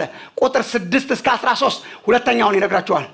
ይሄ የመልእክታችን ርዕስ ያረኳት ይህችን ሴትዮ አውቄ ነው። የይሁዳ ክህደት አይባልም። ይሄ ርዕስ አለ እኮ ይሁዳ አይባልም። አለች ሌላ አስደናቂ ቅመም የሆነች ሴትዮ የካህናት አለቆች አሳልፎ መስጠት ልለው የዚች ቢሆን ይሻላል። ለምን? ኢየሱስ ራሱ ይሄ ወንጌል በተሰበከ ቁጥር ይህች ሴትዮ ትሰበካለች ስላለ ርዕሳችን እሷ ናት። ውዱ መስዋዕት ያልነው የዛሬውን ርዕስ is because of her በእሷ ምክንያት ነው። ቁጥር 6 እስከ 13 ከሳምንት በፊት የተፈጸመ ከፋሲካ 6ኛው ቀን በፊት ፓራላል ፓሴጅ ማየት ከፈለጋችሁ ጊዜ ስለሌለን አናነባቸውም። ግን ዮሐንስ ወንጌል ምዕራፍ 12 ቁጥር 1 እስከ 8 ላይ አለላችሁ። ለማንበብ ጊዜ የለንም። ይሄ እራት ወደ ኢየሩሳሌም ከመግባቱ በፊት የተደረገ እራት ነው። ታስታውሱ ከሆነ ኢየሱስ ብቻ ሳይሆን ሌሎችም ፋሲካ አክባሪዎች በአብዛኛው ከተማይቱ ስለምትጨናነቅ ከከተማይቱ ወደ ተራራው በኩል ወደ ሰሜን ከፍ ብለው ቢታንያ አካባቢ ነው የሚያድሩት። ኢየሱስ ከዚህ በፊት አንስቼላችኋለሁ። እነሆ ንጉሥሽን ስንማር ምዕራፍ 21 ላይ ብዙ ጊዜ ምሽቶቹን እየሄደ የሚያድረው ቢታንያ ነው። የማርያም ማርታና አላዛር ይወዳቸው የነበሩ አላዛር ከሞት ያስነሳው ትዝላችሁ ነው። በጣም የተአምር ቤት ነው። አላዛር ከሞት ያስነሳው ማርያምና ማርታም በጣም የሚወዳቸው የነበሩ ቤት ሲሄድ በጣም ብዙ ጊዜ ማርያም ቁጭ ብላ ትማር የነበረች እሷ ናት። እቺ ሴት በጣም የተለየች ሰው ናት። እቺ ሴት እና እግሩ ስር ቁጭ ብላ ትማር የነበረች ማርታ ታገለግል የነበረች እነሱ ቤት ነው እየሄደ የሚያድረው። ምን አይነት የተባረከ ቤት ነው አላውቅም። ማታ ማታ ኢየሱስ እዛ ያድራል እና ቀን ቀን መጥቶ ኢየሩሳሌም ያስተምራል። ማታ ደግሞ እነሱ ጋር ይሄዳል። አንድ ቀን ራት ተዘጋጀለት ሰፈር ውስጥ ያን እነሱ ሰፈር ውስጥ በቢታንያ የተደረገ ራት ነው። ማርያምና ማርታም አላዛርም ነበረ ከሞት የተነሳው አኮርዲንግ ቱ ዮሐንስ በእነሱ ጋር የተደረገለት ራት ነው።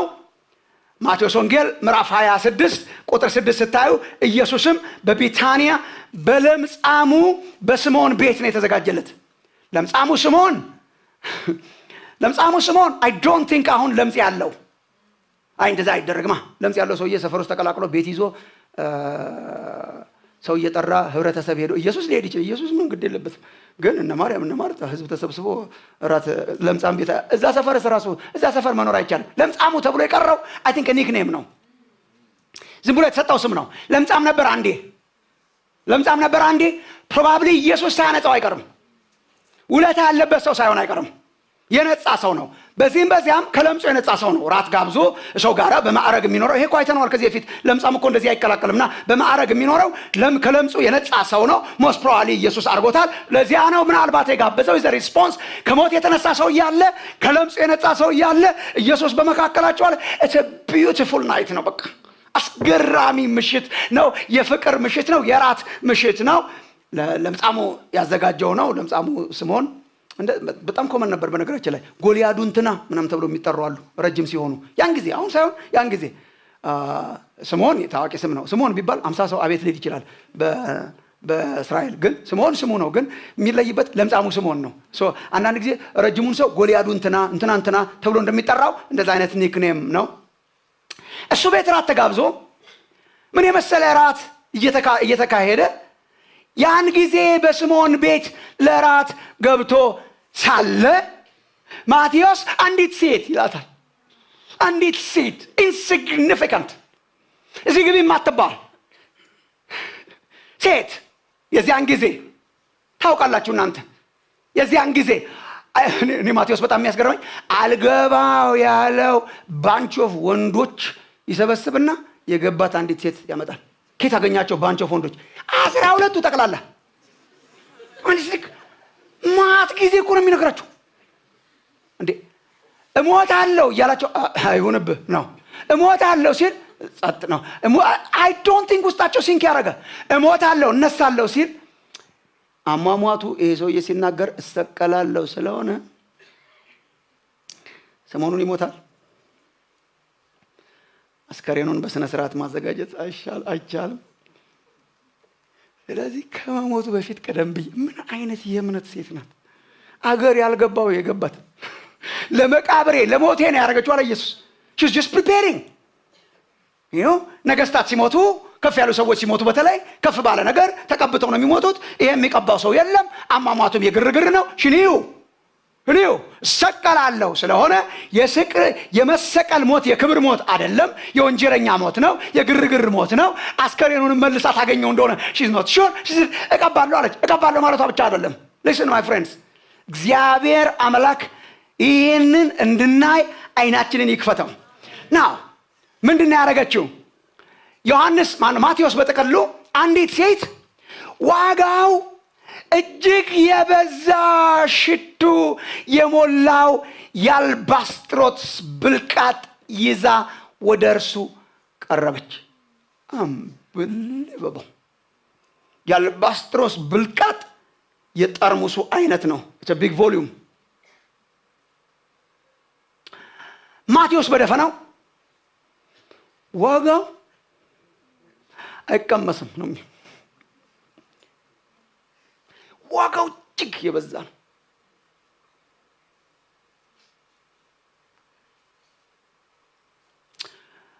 ሽቶ ነው። የተለየ አይነት ነው። ቅባትነት ያለው ነው። very precious።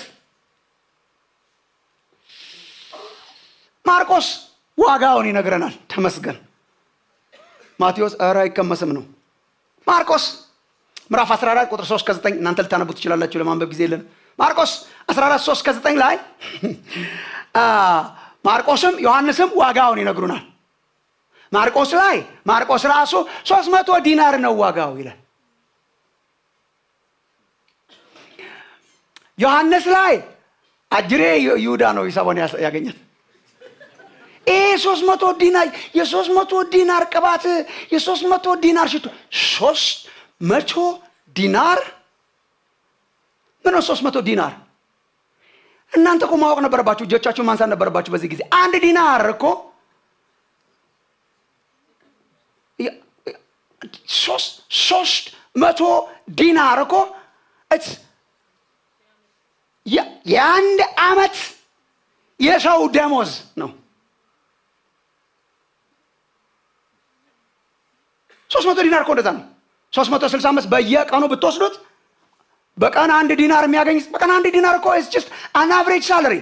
እቺ እኮ ባለጠጋ አይደለችም፣ ያጠራቀመች ናት ለረጅም ጊዜ። ምናልባት አንድ ሰው በአንድ ቀን የሚከፈለው ደሞዝ ዴይሊ የሚከፈለው ደሞዝ 1 ዲናር ነው። ደሞዛችሁን አካፍሉ በቀን እሱ ነው 1 ዲናር። it's like 1 ዲናር የሚመዘነው 1 ዲናር አይዛን ጊዜ 1 ዲናር እዚህ ጊዜ ሳይሆን 1 ዲናር 1 ቀን ሙሉ ለፍቼ የማገኘው ነው።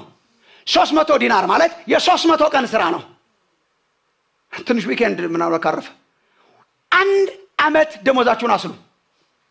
ይሄ ሽቶ የሚገዛው የ1 ዓመት ደሞዝ ተጠራቅሞ ነው።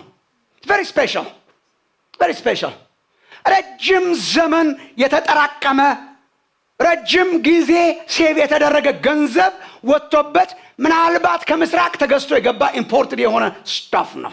very special። ለተለየ ቀን ነው ሰው አጠራቅሞ የሚገዛው፣ በየቤቱ አይገኝም። የዓመት ገንዘብ የተደፋበት ነው። አንድ ጂዊሽ አስተማሪ የጻፈውን ሳነብ እንዴት አንዲት ሴት የ1 ዓመት ደሞዝ ሀብት አጠራቅማ ትይዛለች ምናምን ብዬ ለማስላት ስሞክር አንዳንድ ጊዜ አንዳንድ ሴቶች ገና ከወጣትነታቸው ከልጅነታቸው አንስቶ ለተለየ ቀናቸው አጠራቅመው የሚገዙት ነው። በሰርጋቸው ዕለት ለፍቅረኛቸው የሚከፈት ግንቾሎ ፍቅረኛዬን ያለች ነው የሚመስለኝ። this is the God that's so you እየተናገረ እኔ ለተለየ ሰው ለምታገባው ሰው የሚዘጋጅ ለተለየ ለሰርጓ ዕለት ሼቭ የሚደረግ ማይወጣ ለዓመታት የሚቀመጥ በተለየ አልባስጥሮስ ብልቃጥ የሚቀመጥ በየዕለቱ የማይወጣ ለተራሰው የማይደረግ የህይወቷ ዘመን ያጠራቀመችው ሴቭ ያረጋችው ነው። ምን አረጋች? ይህን የአልባስጥሮስ ብልቃጥ ይዛ ወደ ኢየሱስ ቀረበች። በማዕድ ተቀምጦ ሳለ ሸበረችው። ማርቆስ እንደሚነግረንና ዮሐንስ broken ተከፍቶ የሚወጣ አይደለም። once you break it አለቀ። ሸበረችው። መጣችና ኢየሱስ ራስ ላይ አፈሰሰችው። እናንብበው። ይሄ በጣም የሰከሩ ቃላት ናቸው። የአልባስጥሮስ ብልቃት ይዛ ወደ እርሱ ቀረበች። በማዕድም ተቀምጦ ሳለ በራሱ ላይ አፈሰሰችው። በራሱ ላይ አፈሰሰችው። ተመልከቱ የደቀ መዛሙርቱን አስተያየት። ደቀ መዛሙርቱ ይህን አይተው ተቆጡና ይህ ጥፋት ለምንድን ነው? ጥፋት የሚለው ማባከን ነው። ሊትራሊ ይሄ ሁሉ ብክነት that's what she did intentionally አባከነችው። intentionally ለስፔሻል ዴይ የተጠራቀመ የስንት ዘመን ሴቭ ተደርጎ የተገኘ የአንድ ዓመት ደሞዟ ሂሳብ ለረጅም ጊዜ የተቀመጠ ለዛሬ ካልሆነ ይበጣጠስ በሚል አይነት ሰበብ ሰበረችው። ሰዎች ላይ ሳይሆን ያዳረሰችው። አንዳንድ ጊዜ ማይ ፍሬንድስ አንዳንድ ኖርማል ሽቱ እንግዳ ሲመጣ መቀባት የተለመደ ነው። ግን ሁሉን ነው የምትቀባው እና ሁሉን ነው የምትቀባው ለእንግድነት ይገመን ስፔሻል ትሪትመንቷን እንደዚህ አይነት ይንቶ ግን ኖርማል አይነት ሽቶች ይቀቧቸው ነበር። ኖርማል አይነት ዘይቶች ይቃርኩ። የሷ ትኩረት ቤት ውስጥ ያሉት ሳይሆን ማባከን ያደረገው አንድ ሰው ላይ ይሄ ሁሉ ጉድ አንድ ሰው ላይ ከአናቱ ጀምራ እስከ እግሩ ድረስ አፈሰሰችው። ምን ይባላል ይሄ? ብክነት። ምን ይባላል ይሄ? ጥፋት አመጣችና ድንበሩን ጥሳ ገብታ በኢየሱስ ላይ አፈሰሰችው። ምንድነው ምክንያቷ? ምክንያቷ? ይህ ጥፋት ለምንድን ነው ሲሉ ኢየሱስ ይህን አውቆ እንዲህ አላቸው። ባይዘወይ ደቀ መዛሙርቱ ነው ማቴዎስ የሚለን አይ ቲንክ ሳይኖሩበት አይቀሩም። ዮሐንስ ወንጌል ላይ ስትሄዱ ከደቀ መዛሙርቱም በዚህ ነገር ላይ በጣም ተቆርቋሪው የድሆች ተቆርቋሪ ይሁዳ ነው።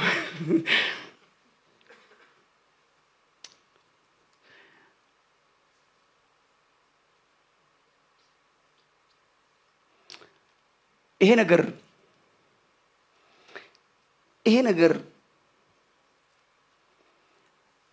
የ300 ዲናር ነገር እንደዚህ ከሚባክል ተሸጦ ድሆች ቢረዱበት አይሻልም ወይ? በእግዚአብሔርና በሰው መሃል ጣልቃ ለሚገባ ሰው ወዩ። አምልኮ ጣልቃ አይገባበትም። ይሄ ነገር ግን የሚባለው ጎን ለጎን ሲሆን ነው። ወደ ላይ ሰው ካረገው ይሄ ነገር ግን ለድሆች ቢሰጥ አለ ይሁዳ። በጣም የእግዚአብሔር መንፈስ የሚያጋልጠው ይሄንን ያለው ለድሆች አዝኖላቸው አይደለም ይላል። he wasn't a humanitarian person። ለድሆች አዝኖላቸው ሳይሆን እንደሚነገረን ኮሮጆ ያዥ ነበር። ያገልግሎቱ የዚህ ሚኒስትሪ ገንዘብ ያዡ እሱ ነው እና እየሰረቀ ይወስድ ስለነበረ ነው። አመል በአንድ ጊዜ ኢየሱስን አያሸጥም። የከረመ ነው። የገንዘብ ፍቅሩ የከረመ ነው። ይሰርቅ ስለነበረ ይወስድ ስለነበረ ዛሬ መሰበሩ ያናደደው የሚመስለኝ ኃይለኛ ሂሳብ ነው የባከነ። ኃይለኛ ሂሳብ ብቻ ሳይሆን ፓርቲው ሊፈርስ ይመስላል። ይሄ ፓርቲ እንደ ፓርቲ ካሰባ ከለቀም በኋላ መሄድ ነው እያለ ስለሆነ የመጨረሻ ሂሳብ ነው። ይሄ የመጨረሻ ላይፉን የሚዘጋ ነው። እኮ አሁን ቢሄድ ኢየሱስ እሞታለሁ በሁለት ቀን ብሏል። አሁን ቢሄድ ኢየሱስ ለረጅም ጊዜ እኮ ቢያንስ የአንድ ዓመት ነገር እኮ ዘግቶለት ነገር ቢሄድ አሁን ሳሰው ስለክ ይሄ ነገር ያለው ለራሱ በማሰብ ነበር።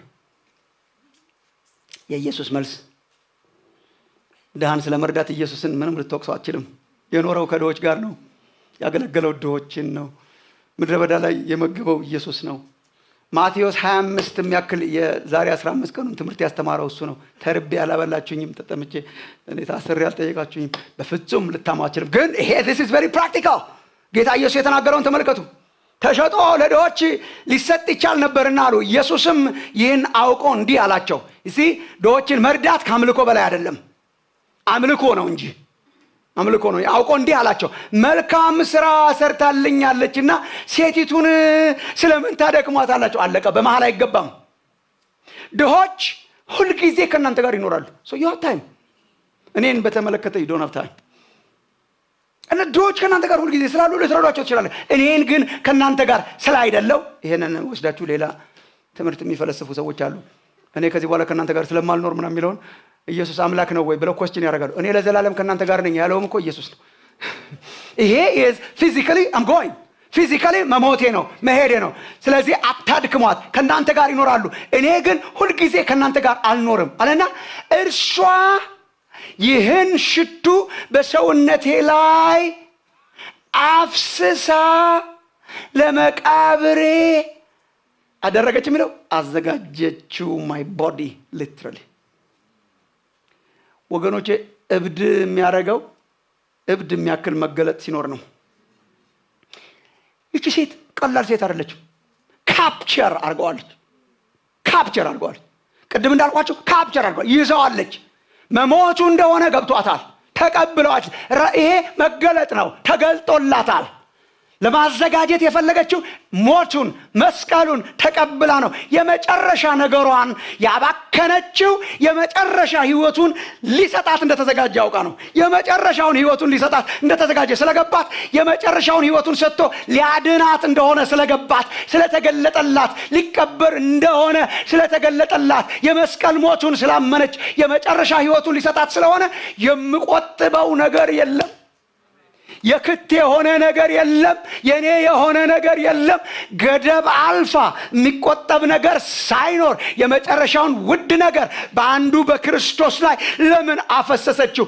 ገብቷታል። ለዚህ ነው ኢየሱስ እኔ በጣም ተደሰትኩ። ለዚህ ነው ኢየሱስ እውነት እላችኋለሁ ይሄ ወንጌል በዓለም ሁሉ መሰበኩ አይቀርም አለ። በመጀመሪያ ደረጃ ምን አይነት አምላክ ነው? ምንም ነገር የማያውቀው የለም። ታውቃለህ? እኔ እኮ ታውቁታላችሁ፣ ግን ቁጭ ብሎ ማሰላሰል በጣም ጥሩ ነው። ይሄ ወንጌል ይሰበካል አለ። ይሄ ወንጌል መሰበኩ ብቻ ሳይሆን ምን ወንጌል ውስጥ ገብቶ እንደሚሰበክ ያውቀዋል። የራሱ ቃል ነው። ወንጌል ማለት ሰው የመረጠውን እያስገባ የፈለገውን የሚሰብከው አይደለም። ይገባል ያለው ይገባል፣ አይገባም የተባለ ያልገባ አለ። ዮሐንስ አሁን ኢየሱስ ብዙ ነገር አድርጓል፣ ግን አቃ አይገባም አለ እግዚአብሔር። አሁን አንዳንድ ሰው በጣም ይጨነቃል። እንዲሁ ሌላው ነገሩስ አቃ አይገባም። ይገባል ያለው የአንዲት ምስኪን ደሃ ሴትዮ ሽቶ ማፍሰስ መግባቱ አይቀርም፣ መሰበኩ አይቀርም፣ ስሟ መጠራቱ አይቀርም። ውለታ የማይረሳ አምላክ፣ መታሰቢያ የማይረሳ አምላክ። ስንት እኮ ከዚህ በላይ የሚያስደንቁ ታሪኮች እኮ ኢየሱስ አድርጓል። ባይ ዘ ዌይ ዮሐንስ እንደሚነግረን ዓለም ላይብረሪ ቢሆን አይበቃም ነበር። ብዙ እኮ ነገር አድርጓል። የዚህች ሰው ግን ዝም ብሎ አይደለም። የዚህች ሰው ግን በጣም ትልቅ ነው። ለምን? ሁለንተናን መስጠት ስለሆነ፣ ሁለንተናዋን መስጠት ስለሆነ፣ ከልብ የተደረገ ስለሆነ መታሰቢያን የማይረሳ አምላክ ይገባል አለ። አሁን አንዳንዴ ሰምታችሁ ይሆናል። አሁን ኢየሱስ ብለው ጭንቅ የሚላቸው ሰዎች አሉ። ልጅ ሆኖ ግብጽ ድረስ ሲሰደድ ነገር ይነገረንና አሁን ወንጌል ከዛ የሕፃኑን የሚፈልጉት ሞተዋልና ይመለስ አለ። ተመለሰ እና ቤተሰቦቹን ያገለግላቸው ነበር ይላል። ያገለግላቸው ነበር ቤተሰቦቹን ይላል። ከዛ ኢየሱስም በጥበብና በቁመት በሰውና በእግዚአብሔር ፊት እያደገ ሄደ ብሎ ይጨርሳል። ከዛ ቆይቶ ከስንት ዓመት በኋላ 30 ዓመት እንደዚህ ሊጠመቅ ይመጣል። እንዲሁ በመሃል የነበረው ነገር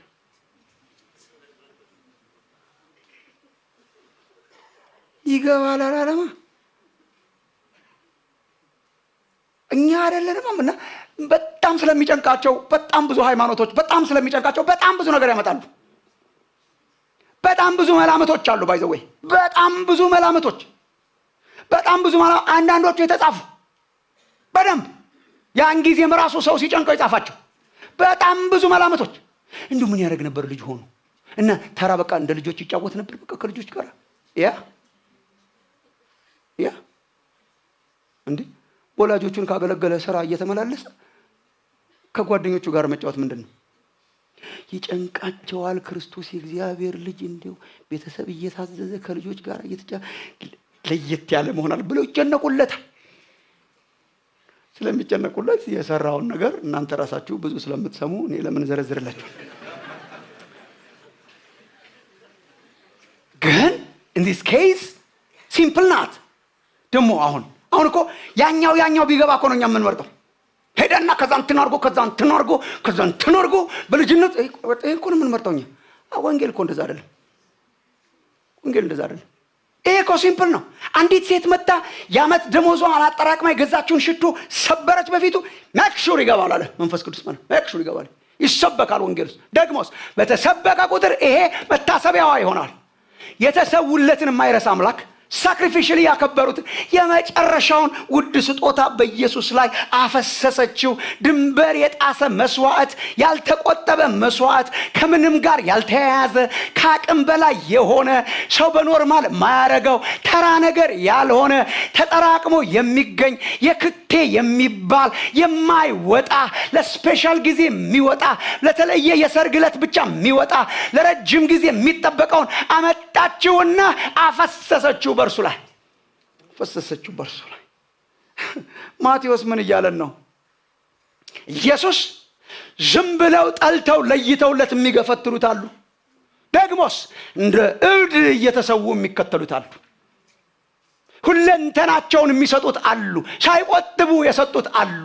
እሞታለሁ እያለ ሳይቆጥቡ ድንበር ጥሰው ያፈሰሱት ላቪሽ ያረጉት አሉ። ኦ ማይ ጉድነስ። ይሰበካል ይሄ ታሪክ አለ። ይሄው ይሰብካቸዋል እግዚአብሔር። ምን እያለ ይሰብካቸዋል? አምልኮ ድንበር መጣስ አለበት እያለ ይሰብካቸዋል። አምልኮ ያልተሰፈረ አምልኮ አንዳንድ ጊዜ ድንበር የጣሰ አምልኮ ድንበር ካላስጣሰ መገለጥ አንሶታል። በመገለጥ የተሞላ አምልኮ ድንበር ያስጥሳል። ኖርማልን ያስጥሳል። አቅምን ያስጥሳል። እንደ አቅሜ ሳይሆን ከአቅም በላይ ያስኬዳል። ይሄ ከአቅም በላይ ነው። ይሄ ማባከን ነው። አንድ ቀን ሰው በህይወታችሁ እግዚአብሔርን በተመለከተ አብዳል እንዴ ሚል ስራ ካልሰራችሁ እግዚአብሔር አልገባችሁ። ኖርማል እኮ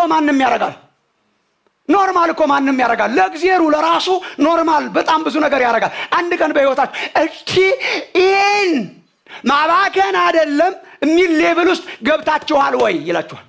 ማባከን አይደለም፣ ብክነት አይደለም።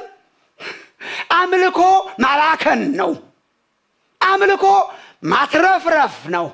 አምልኮ ምን ልጨምር ነው እግዚአብሔር ሲገባ። አምልኮ በሽ ነው። መልቀቅ ነው። ድንበር መጣስ ነው። ከአቅም በላይ ነው። ምን ሲሆን? እግዚአብሔር ሲገባ ውዱን መስዋዕት በኢየሱስ ላይ የመጨረሻውን ሰበረች።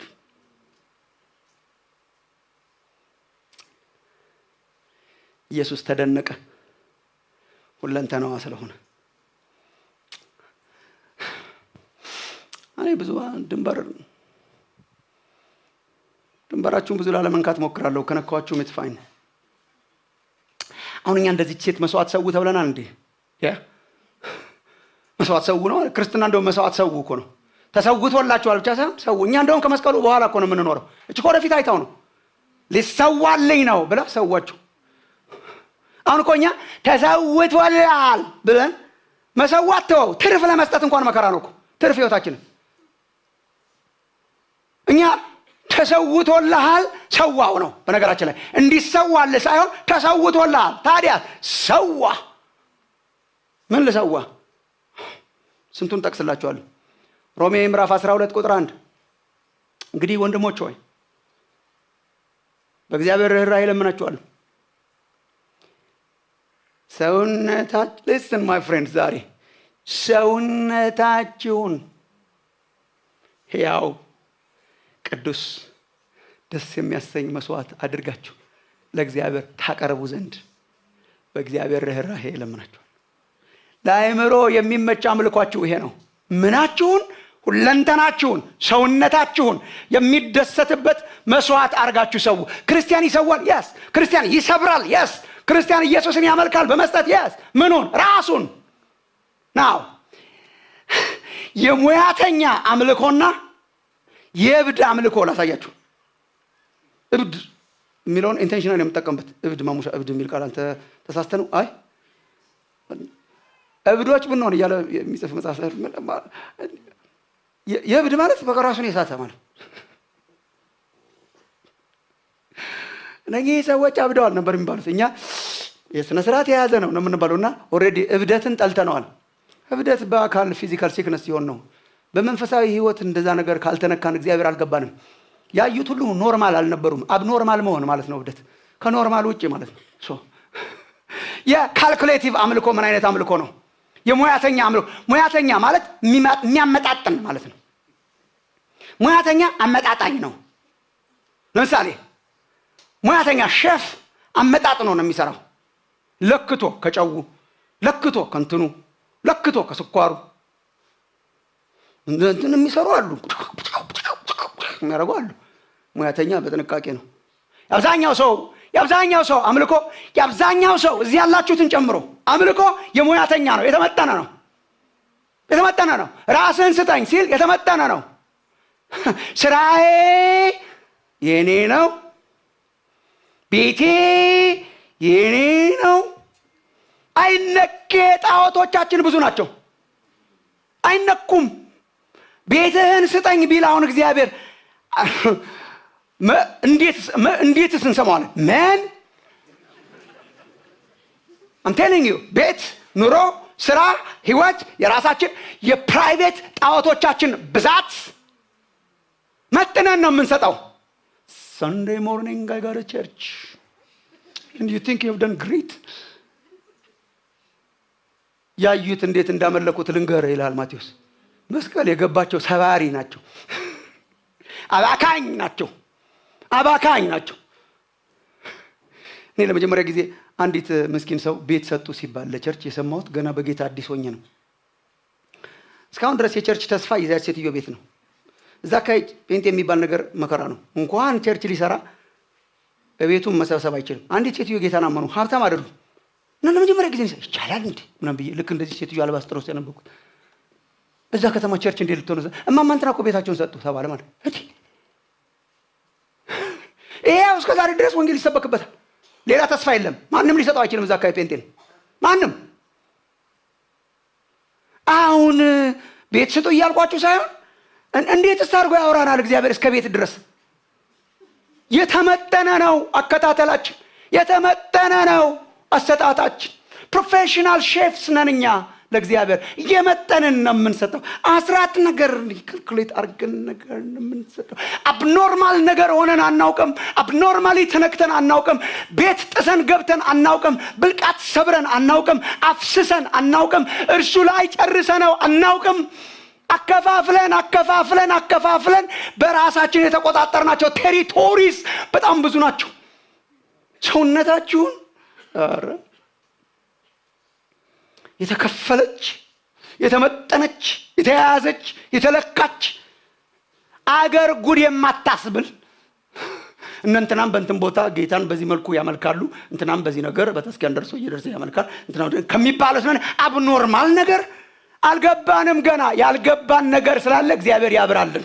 ያልገባን ነገር ቤቴን የምቆጣጠረው እኔ ነኝ፣ ማስተዳድረው በእኔ መልኩ ነው። ቤት በመስጠት አይደለም ማውራችሁ ወንድሞች እናቶች። ሊትራሊ በተሰጡንስ ምን እናደርገዋለን? ኪፕ I'm not talking about that. ቤታችሁን ኢየሱስ ይገዛዋል ወይ? ያስተዳድረዋል ወይ? ለክብሩ የተሰጠ ነው ወይ? ልጆቻችሁ ለክብሩ የተሰጡ ናቸው ወይ? ካምፓኒያችሁ ለክብሩ የተሰጠ ነው ወይ? አስተዳዳሪው እሱ ነው ወይ? የወደደውን ሊያረግ ይችላል ወይ? ሊሰበርለት ይችላል ወይ? ቢናገራችሁ ሊሰበርለት ይችላል ወይ? ሊሰበርለት ሊሰጠው ይችላል ወይ? ታላክኑታላችሁ ቢናገራችሁ። እንደዛ ነው የኖሩት የበራላቸው። ለብሽ ሰው ይላል ሰውነታችሁን፣ ሰው ይላል የከንፈሮቻችንን ፍሬ። ዕብራውያን ምዕራፍ 13 ቁጥር 15 የምስጋና መስዋዕት ሰው ይላል። ኮርስ የምስጋና መስዋዕታችሁ ድንበር ጥሶ ያውቃል? ምስጋና መስዋዕት እኮ ሁሉ ሰው ይሰዋል። መስገን ታንክ ዩ ጂሰስ። ድንበር አስጥሷችሁ ያውቃል? በልክ የተሰፈረ አምልኳችን፣ በልክ የተሰፈረ መዝሙራችን፣ በልክ የተሰፈረ። listen my friends፣ ጉባኤ መበጥበጥ እሱ ሌላ ነገር ነው።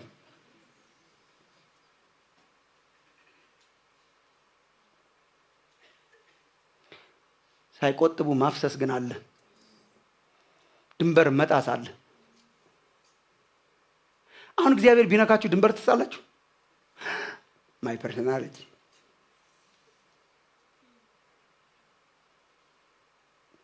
መዝሙራችን በልክ፣ እልልታችን በልክ፣ እዚህማ እንደውም በጣም በልክ።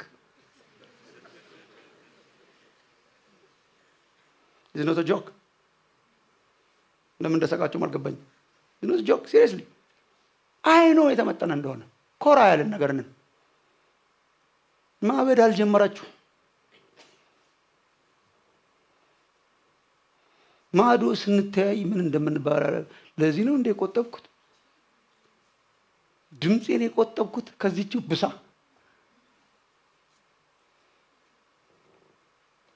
አልኮ በጣም ተቀስቅሰን ነው። በጣም ተቀስቅሰን ነው። ሰባሪ ጠፍቷል። ቆጣቢ ነው ብዙ መዝሙር ተቀስቅሰን ነው። ተነሱ ቁጭ በሉ ብድግ በሉ ተብለን ነው።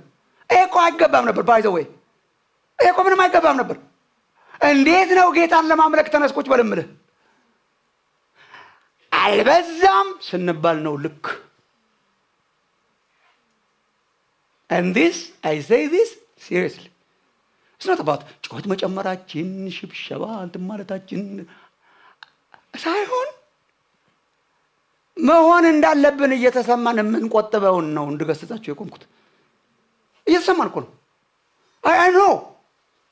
ብልስ እንትናስ ብልስ እንትናስ ሰዋ ነው።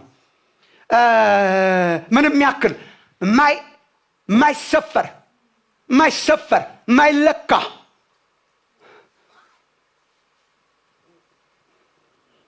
ሰው ይላል ራሳችንን፣ ሰው ይላል መዝሙራችንን፣ ሰው ይላል ሪሶርሳችንን፣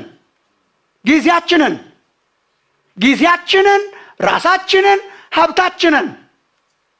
አሁን ድንበር ጥሳችሁ ታልፋላችሁ ለእግዚአብሔር በመስጠት ታውቃላችሁ?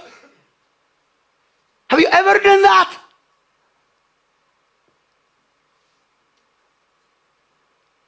ራስን ስጠኝ ቢል ያገኛችኋል። አሁን እግዚአብሔር በዚህ ዘመን ካላችሁበት ክብር፣ ካላችሁበት ስራ፣ ካላችሁበት ስም፣ ካላችሁበት ዝና አሁን እግዚአብሔር ለሚሽን ቢጠራችሁ ትወጣላችሁ ወይስ እግዚአብሔር ተቀይሯል ጊዜውን አሰራሩን? አሁን እኮ አገልግሎት ማለት ሰዎች ስራ ፈልገው እንዳጋጣሚ አገልጋይ ሲሆኑ የሚሰሩት ስራ ሆኗል። እግዚአብሔር ጠርቶኛል ሳይሆን የሚያዋጣ ስራ ነገር ነው። ሳክሪፋይስ አድርጋችሁ ትወጣላችሁ። ሚሽነሪስ ይወጣሉ፣ ወንጌላውያን ፓስተሮች ይወጣሉ። ውጂው ቢል እግዚአብሔር ታረጋዋለህ። አልበዛም እንዴ የሚባሉ ሰዎች እኮ ጠፉ በከተማችን። አላበዛውም እንዴ ሰውዬ ተወው እኮ መባል እኮ አለባችሁ። አላበዛችሁም እንዴ እቺ ሴትዮ? ይሄ ነው አምልኮ ማለት። አላበዛችሁም እቺ ሴት? ይሄ ነው ወርሺፕ። ሪሶርስ እኔ ጳውሎስን በጣም ወደው አንዳንድ ጊዜ ሪሶርስ ስጡ ለማለት ላስት ዊክ እንደምታዩን እኛ ራሳችን እየተገደረደርን ነው የምንላችሁ በልክ እንድትሰጡ። በዚህ ዘመን ያለው አስተሳሰብ መስጠት is about church፣ ከቸርች ጋር የተያያዘ ነው፣ ከአገልጋዮች ጋር የተያያዘ ነው፣ አገልጋዮችን ማኖሪያ ነው።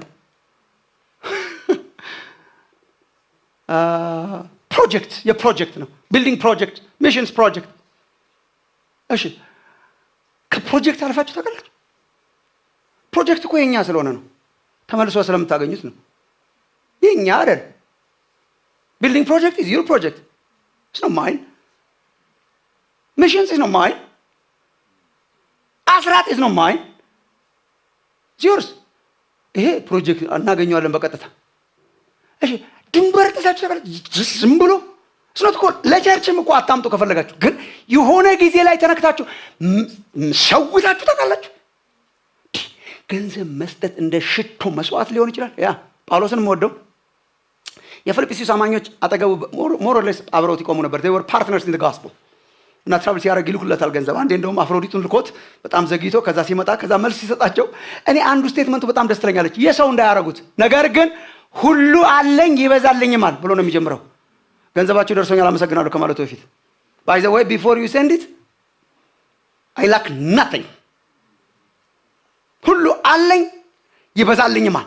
ታዲያ የመስጠታችን ሬሌቫንስ ምንድነው? ጳውሎስ አይደለማ የመስጠታችን ሬሌቫንስ? ጳውሎስ አይደለማ የመስጠታችን ታርጌት? እንደዛ አይደለማ። የመስጠታችን ታርጌት እኮ የኢየሱስ ፍቅር ነው። መስጠት እኮ የፍቅር ሪስፖንስ ነው። እሱን ፊል ካላረጋችሁ አትስጡ ፕሊዝ። if you don't feel this የኢየሱስ ፍቅር ነክቷችሁ ለክብሩ መኖር አምሯችሁ እንደ ስካር ነገር አርጓችሁ እንደ መስዋዕት እንደሚሰዋ ሰው ካላረጋችሁ don't he says እኔ ሁሉ አለኝ ይበዛልኝማል ግን የማዕዛ ሽታና የተወደደ መስዋዕት የሚሆነውን ለእግዚአብሔርም ደስ የሚያሰኘውን ስጦታችሁን ከአፍሮዲጡ ተቀብዬ ተሞልቼበታለሁ። I love that ፊልጵስዩስ ምዕራፍ 4 ቁጥር 18 ይሄ ለእግዚአብሔር የሚሆነው መስዋዕታችሁ። በመስጠት ድንበር ጥሳችሁ ታውቃላችሁ? ለዚህ እኮ ነው ድንበር አልባ አገልጋዮች እንደ ቅጣት የተነሱብን እዚህ ሀገር። እኔ እንደ ፍርድ ይመስለኛል። ጨምቀው የሚጥሉትን ያስነሳቸው እግዚአብሔር ፍርድ ይመስለኛል አንዳንዴ ሳስብ። አልነሳ አለን ለእግዚአብሔር ለራሱ። ተለማኝ በዛ። አገልጋዮች ለማኝ፣ እናንተ ተለማኝ ሆናችሁ የኛ ይመስል። ቸርች ለማኝ፣ ምዕመን ተለማኝ። እንዴ የጌታ ፍቅር ነክቶን እንደ እብድ ነገር ሆነን ልናረገው የሚገባውን ማለት ነው እምቢ አለን። አራጋፊዎች መጡ። ኪስ ውስጥ ገብተው የምትሰጣቸው ሳይሆን ኪስ ውስጥ ገብተው የሚወስዱ አካውንትን የሚጠርጉ ወዳጆቼ፣ አንድ ቀን ድንበር ጥሳችሁ ካላወቃችሁ በመስጠታችሁ ምናልባት እግዚአብሔር አልገባንም። ሰውነታቸውን እኮ ነው የሰጡት። ሰውነታቸውን። አንዳንዶች እኮ ጌታ ለአገልግሎት ሲጠራቸው ዘድድን ነው ዜር ፊውቸር ምን እንደሚሆን። ቤት አላቸው፣ ኑሮ አላቸው፣ ፊውቸር አላቸው፣ የትምህርት እቅድ ነበራቸው፣ ፕሮጀክት ነበራቸው። ልክ እንደናንተ they were going this way ህይወታቸውን ሰክሰስፉል ለማድረግ በጣም ሰክሰስፉል የሆነ ህይወትን ለመኖር እየሄዱ እግዚአብሔር አንድ ቀን ስጠኝ አንተን ራስህን ስራህን ተወው አለው። ቦም የት እንደሚሄዱ ሳያውቁ ማለት። እንደዚህ አይነት ጀግኖች እኮ ናቸው ኢየሱስን ያከበሩት። ድንበር እንጣስ እንጂ ከአቅም በላይ የምንለው እንውጣ እንጂ። የክርስቲያኖች አምልኮ ዋና ችግር አቅም የሚባል ነው። በአቅሜ እሞክራለሁ ነው። ሜሪ ከአቅም በላይ ነው። መስበር ነው። አሰባሪ ነው። ኢየሱስ ሲገባ አባካኝ ያረጋል። ኢየሱስ ሲገባ ወይ ገብቶን እንከተል ወይ አይናችን ይብራ። ያላየነው ነገርም አለ። እነሱ ያዩት እኛ ያላየነው አለ። እኔ ሰሞኑን ስጸልይ እሱ ነበር ማስተው። እንዴት እንደዚህ ያረጋቸው ደግሞ ሴትዮ ብቻ አይደለችም። ጳውሎስን ወሰደው። መኖሪያ አድራሻ የለው፣ ቀበሌው አይታወቅ። አገኘው።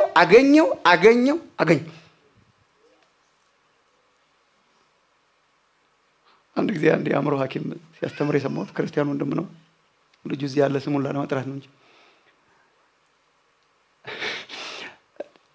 ቲክ ቢደረግ የአእምሮ ሐኪም የጳውሎስን ምልክት ቲክ ቢያደርግ ሁሉም ምልክት አለው ብሎ ነበር የሚያስተምረው። I was touched ያንቀል በቃ ኢየሱስ ካገኘው በኋላ ሰውየውን ምንም በቃ ምልክት። ሰውየው መኖሪያ አድራሻ ይታወቃል ወይ ታውቁታላችሁ? አሁን የጴጥሮስ ምን ይታወቃል? አድራሻው ይታወቅ። ሰው ማያየውን አየው ይላል። ድምጽ ሰማው ይላል። እኮ እኛ ኖርማል ሆነን ስለተቀመጥን ነው። በቃ አሁን ከህብረተሰብ ጋር ተስማ እንደዚህ እኮ ነበር መሆን የነበረብን። ሰማው፣ አየው። ማሌዥያ ሊሄድ ነው። ምን ሰምቼው አላቅም። ሀገሩን ምን ልታረግ? ወንጌል ልሰብክ።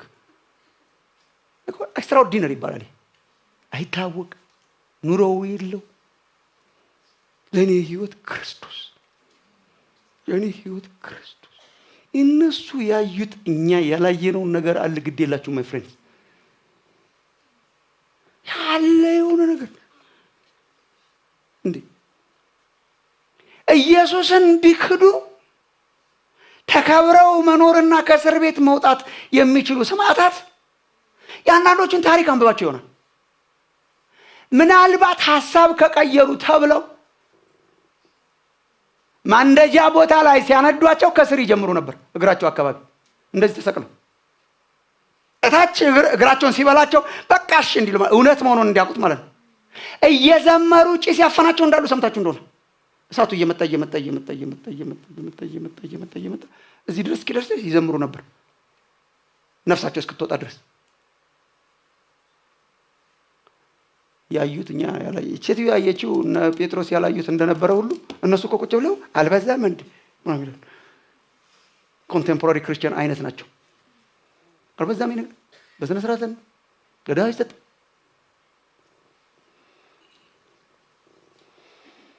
ድንበር ጣሽ አድርጋችሁ እግዚአብሔር ሶሪ ጊዜያችሁን ወሰድኩት፣ ግን በጣም ስለነካኝ ነው። ሶስተኛው የታወቀው ሰውዬ ነው። ወይ ጠምደሃው ትጠላዋለህ እስከ መጨረሻ ድረስ ኢየሱስን፣ ወይ አባካኝ ተከታዩ ትሆናለህ ያርጋችሁ እግዚአብሔር። ወይ አስመሳይ ሰውዬ፣ አስመሳይ ስግብግብነት ነው የሚቀጥለው። እነኚህን ነው ፓራሌል የጻፈልን። ትንሽ ትንፋሽ ይሰጣልና ብሬዝ ኦክሲጅን ሌት ሚ ቴል ዩ ቱ ዘ ካርቦን ዳይኦክሳይድ ይላል። እንደገና ከካርቦን ዳይኦክሳይድ ይጀምርና ትንሽ ኦክሲጅን ይሰጣልና ካርቦን ዳይኦክሳይድ ይሰጣልና እንደገና ይሄ ካርቦን ዳይኦክሳይድ ነው። ለዚህ ነው አጣር ያለው ቁጥሩ ራሱ ቁጥር 14 እስከ 16 እንመጣበታለን። ይከተላል ሰውየው እንከተለዋለን። እንትናም ያው ይከተላል። ግን ለጊዜው በዚያን ጊዜ የአስቆሮቱ ይሁዳ አካባቢው ሳይሆን አይቀርም ተብሎ ይገመታል። የአስቆሮቱ ይሁዳ የሚባለው ከ12ቱ አንዱ ከኔ ማጂን ከ12ቱ አንዱ። በነገራችን ላይ እኮ ከ12ቱ አንዱ ነው ስቲል። እርግጥ ሌሎች ወንጌላት እንደሚነግሩን ማቴዎስ 26:15 እሱን እንመጣበታለን ተመልሰን። ሉቃስ ወንጌል ለምሳሌ ሉቃስ 22:3 ላይ ሰይጣን ገባበት ይላል። የሰይጣን ኢንፍሉዌንስ ነበር፣ ሰይጣኒክ ኢንፍሉዌንስ ነበር። ግን ሰውየው ባህሪው እሱ ነው፣ አስመሳይ ነገር ነው። ከ12ቱ አንዱ ነው። ባይዘወይ ምዕራፍ 26 ወደ መጨረሻ 27 ላይ ስንመጣ እናገኘዋለን። አብሮ የጌታ እራት ተካፋይ ነው፣ ሳሚ ነው። እንዴ ሰውዬ እኮ በጣም እኛ እኮ ብናገኘው ለእጅ ሳናውጣለት አይቀረን ለሽምግልና እንትን ራሱ ጉባኤ ላይ ከእናንተ መካከል አንዱ አሳልፎ ይሰጠኛል ሲል ያውቀዋል እኮ። ተስማምቷል። ባይ ዘ ወይ ዚስ ታይም ተስማምቷል።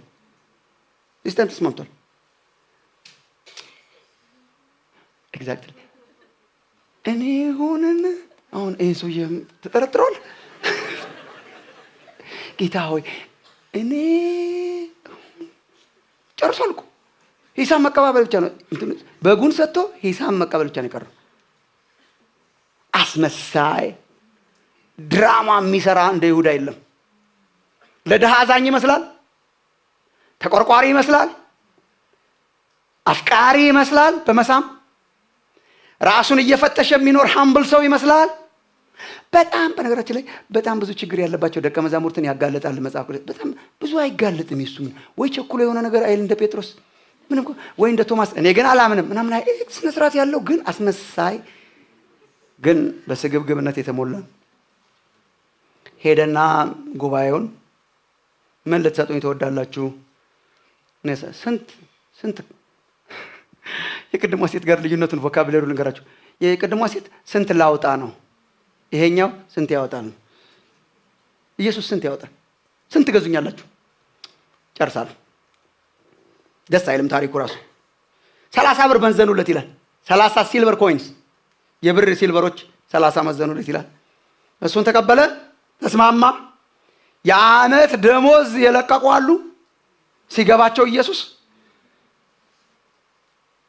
በ30 ሲልቨር ኮይንስ ቲንክ አልተገለጠለትም። የሰውዬ ማንን እየሸጠ እንደሆነ እንደ ሰው ራሱ እንደዚህ አይሸጥም ኢየሱስ። በቃ አልበራለትም። 30 ሲልቨር ኮይንስ በብሉይ ኪዳን ካስታወሳችሁ 30 ሲልቨር ኮይንስ የባሪያ ሂሳብ ነው። አም ሶሪ ያን ጊዜ የታወቀ ነገር ነው። ባሪያ ይገዛል ይሸጣል። ለምሳሌ በዘጸአት 21:32 ላይ በሬ ወግቶት ባሪያ ቢሞት የባሪያው ባለቤት የሚቀበለው 30 ብር ነው። እሺ እሱን ተውት። ለባርነት ሲሸጥ ዮሴፍ የሚባል ልጅ ባሪያ ነው። ባሪያ እየሸጡ ነው እኮ ለነሱ ጠቅላይ ሚኒስትር እየሸጡ እኮ አይደለም። ባሪያ እየሸጡ ዘፍጥረት 37 28 30 ሲልቨር ኮይንስ በቃ የነ ዮሴፍ አይነት ባሪያ መሸጫ ነው። ባሪያን ነፃ የምታወጣው በ30 ሲልቨር ኮይን ነው። የነገስታቱ ንጉስ ክብር አልገባውም። የክብርን ጌታ እየሸጠ እንደሆነ አልገባውም። የክብር ንጉስን እየሸጠ እንደሆነ አልገባውም። በተራ ዋጋ አሳልፎ ሰጠው። ስንት ያወጣል? አስመሳይ ስግብግብ ኢየሱስን ገንዘብ ማግኛ ለመሸጥና ለመደራደር የተዘጋጀ ሀብት ማፍሪያ የሚቸረችር ለመሸጥ የተዘጋጀ አክባሪው ሳይሆን ቸርቻሪው አሳልፎ የሚሰጠው ኢየሱስን ብሸጠው ስንት ያወጣል የሚል ስንት ላውጣ ስንቴን ልስጠው ሳይሆን ስንት ያወጣል የሚል ስንት አለ። አሁን ብዙ አልናገርም። ስለዚህ ሳይሰለቻችሁ አይቀርም። አሁን ኢቭን አንዳንድ ሐሰተኞች የሚስቱት አውቀው ይመስለኛል። ሲስቱ ገንዘብ እንደሚያገኙ ከተሰማቸው ይስታሉ። በቃ ምንም ገንዘብ ካስገኘ ስንት ኢየሱስ የሚለው ስም ገንዘብ ካስገኘ ምን ላርግልህ ነገ እንትን አረገውና ዩቲዩብ ላይ ለቀዋለሁ። ሂሳቡ ካላወጣ እንትን አረገዋለሁ። የለየለት ነው። አንድ ሁለት ነገሮች ብያችሁ ጨርሳለሁ። አንደኛ ኢየሱስን በተመለከተ ማቴዎስ የሚነግረን ወይ የለየለት ጠይ ገፊ ወይ የለየለት አምላኪ ወይ መሀል ሰፋሪ የሆነ አስመሳይ ቸርቻሪ ነው ካምፑ። ማይ ኦነስት ጥያቄ የትኛው ነህ አንተ? የትኛው ነሽ አንቺ? የትኛው ናችሁ ኦንላይን የምታዩ? ኢየሱስ ሲጠራ ቀፈፍ የሚላችሁ ዋይ ኦር መሀል ሰፍራችሁ ወይ አልሰጣችሁት ወይ ሰጣችሁታል ወይስ ክሪዚ የሆነ ኢየሱስ ክርስቶስ የነካው የተገለጠ የእውነት የሚኖር እስከ ጥግ የሚሄድ ወይ እየጠላችሁ ነው ወይ እየወደዳችሁ እያባከናችሁ ነው ወይ እያስመሰላችሁ እየነገዳችሁ ነው? የትኛው ጋር ናችሁ? ሁለተኛ ግን ክርስቲያኖች ወንድሞቼ እናቶቼ እስካሁን ያልኳችሁ ገደብ መጣስ እንማር። ኖርማል እና አቅም እና ምናምን የሚሉ ቃላት በጣም በዝተዋል። I just want to be normal. Why? እኔ ጌታን መከተል ፈልጋለሁ ግን ኖርማል ዋይ? ኖርማል ፍቅር ነው እንዴ ተቀበልነው? ዋይ? እዚህ ዓለም ራሷ ቀስ እያለች እያስጣለችን ነው። መጥፎ አይነት አከራሪነት ስላለ አከራሪነት is discouraged። መጥፎ አይነት አጣቂነት ስላለ አታጥብቅ ነው። ሃይማኖት ይኖር ግን አታጥብቅ። ለራሴ ባጠብቅ ምን ችግር አለ? ሰው አልጨበጥኩ ለራሴ ባጠብቅ አበዛው ተብለ ታውቃለህ? እግዚአብሔርን በተመለከተ አበዛሽው ተብለ ትቀልሽ ይነግራል። በዛ ኧረ ተው ኖርማል በዛ እንደ አቅም በካልኩሌሽን ፕሮፌሽናል ወርሺፕ የተመጠነች የተለካች ስነ ስርዓት ያላት ሷና አርጌ በሰላም መንግስተ ሰማያት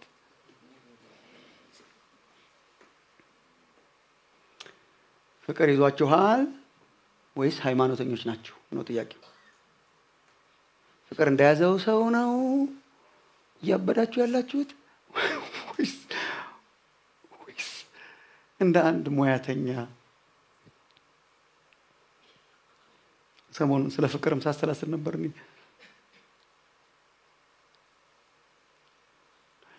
ሚስቴ ስላለች አሳፍራታለሁ ሁልጊዜ፣ ግን ምን ማድረግ አልችልም።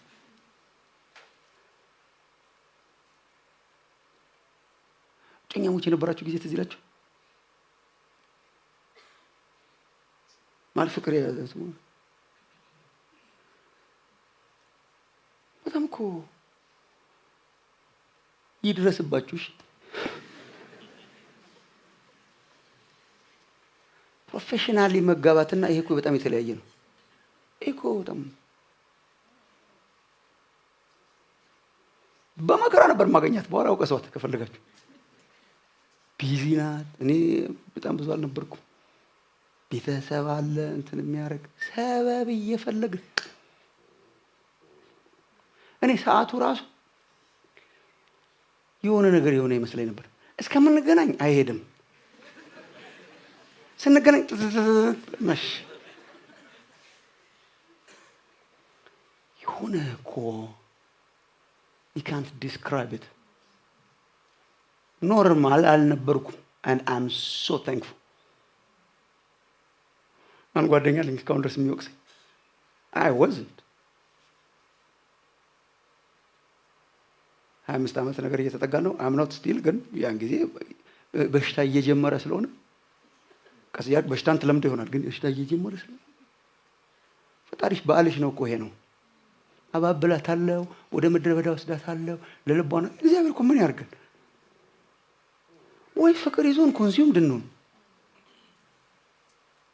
ምንድነው? ፕሮፌሽናል ተመጣጠነ ጊዜ፣ ተመጣጠነ አሰጣጥ፣ ተመጣጠነ አምልኮ፣ ተመጣጠነ ኗኗር፣ አደገኛ ነገር እንዳይናገረን መጠንቀቅ። ሁሉን ጣለው። ቆይ እሷን ዘለላት።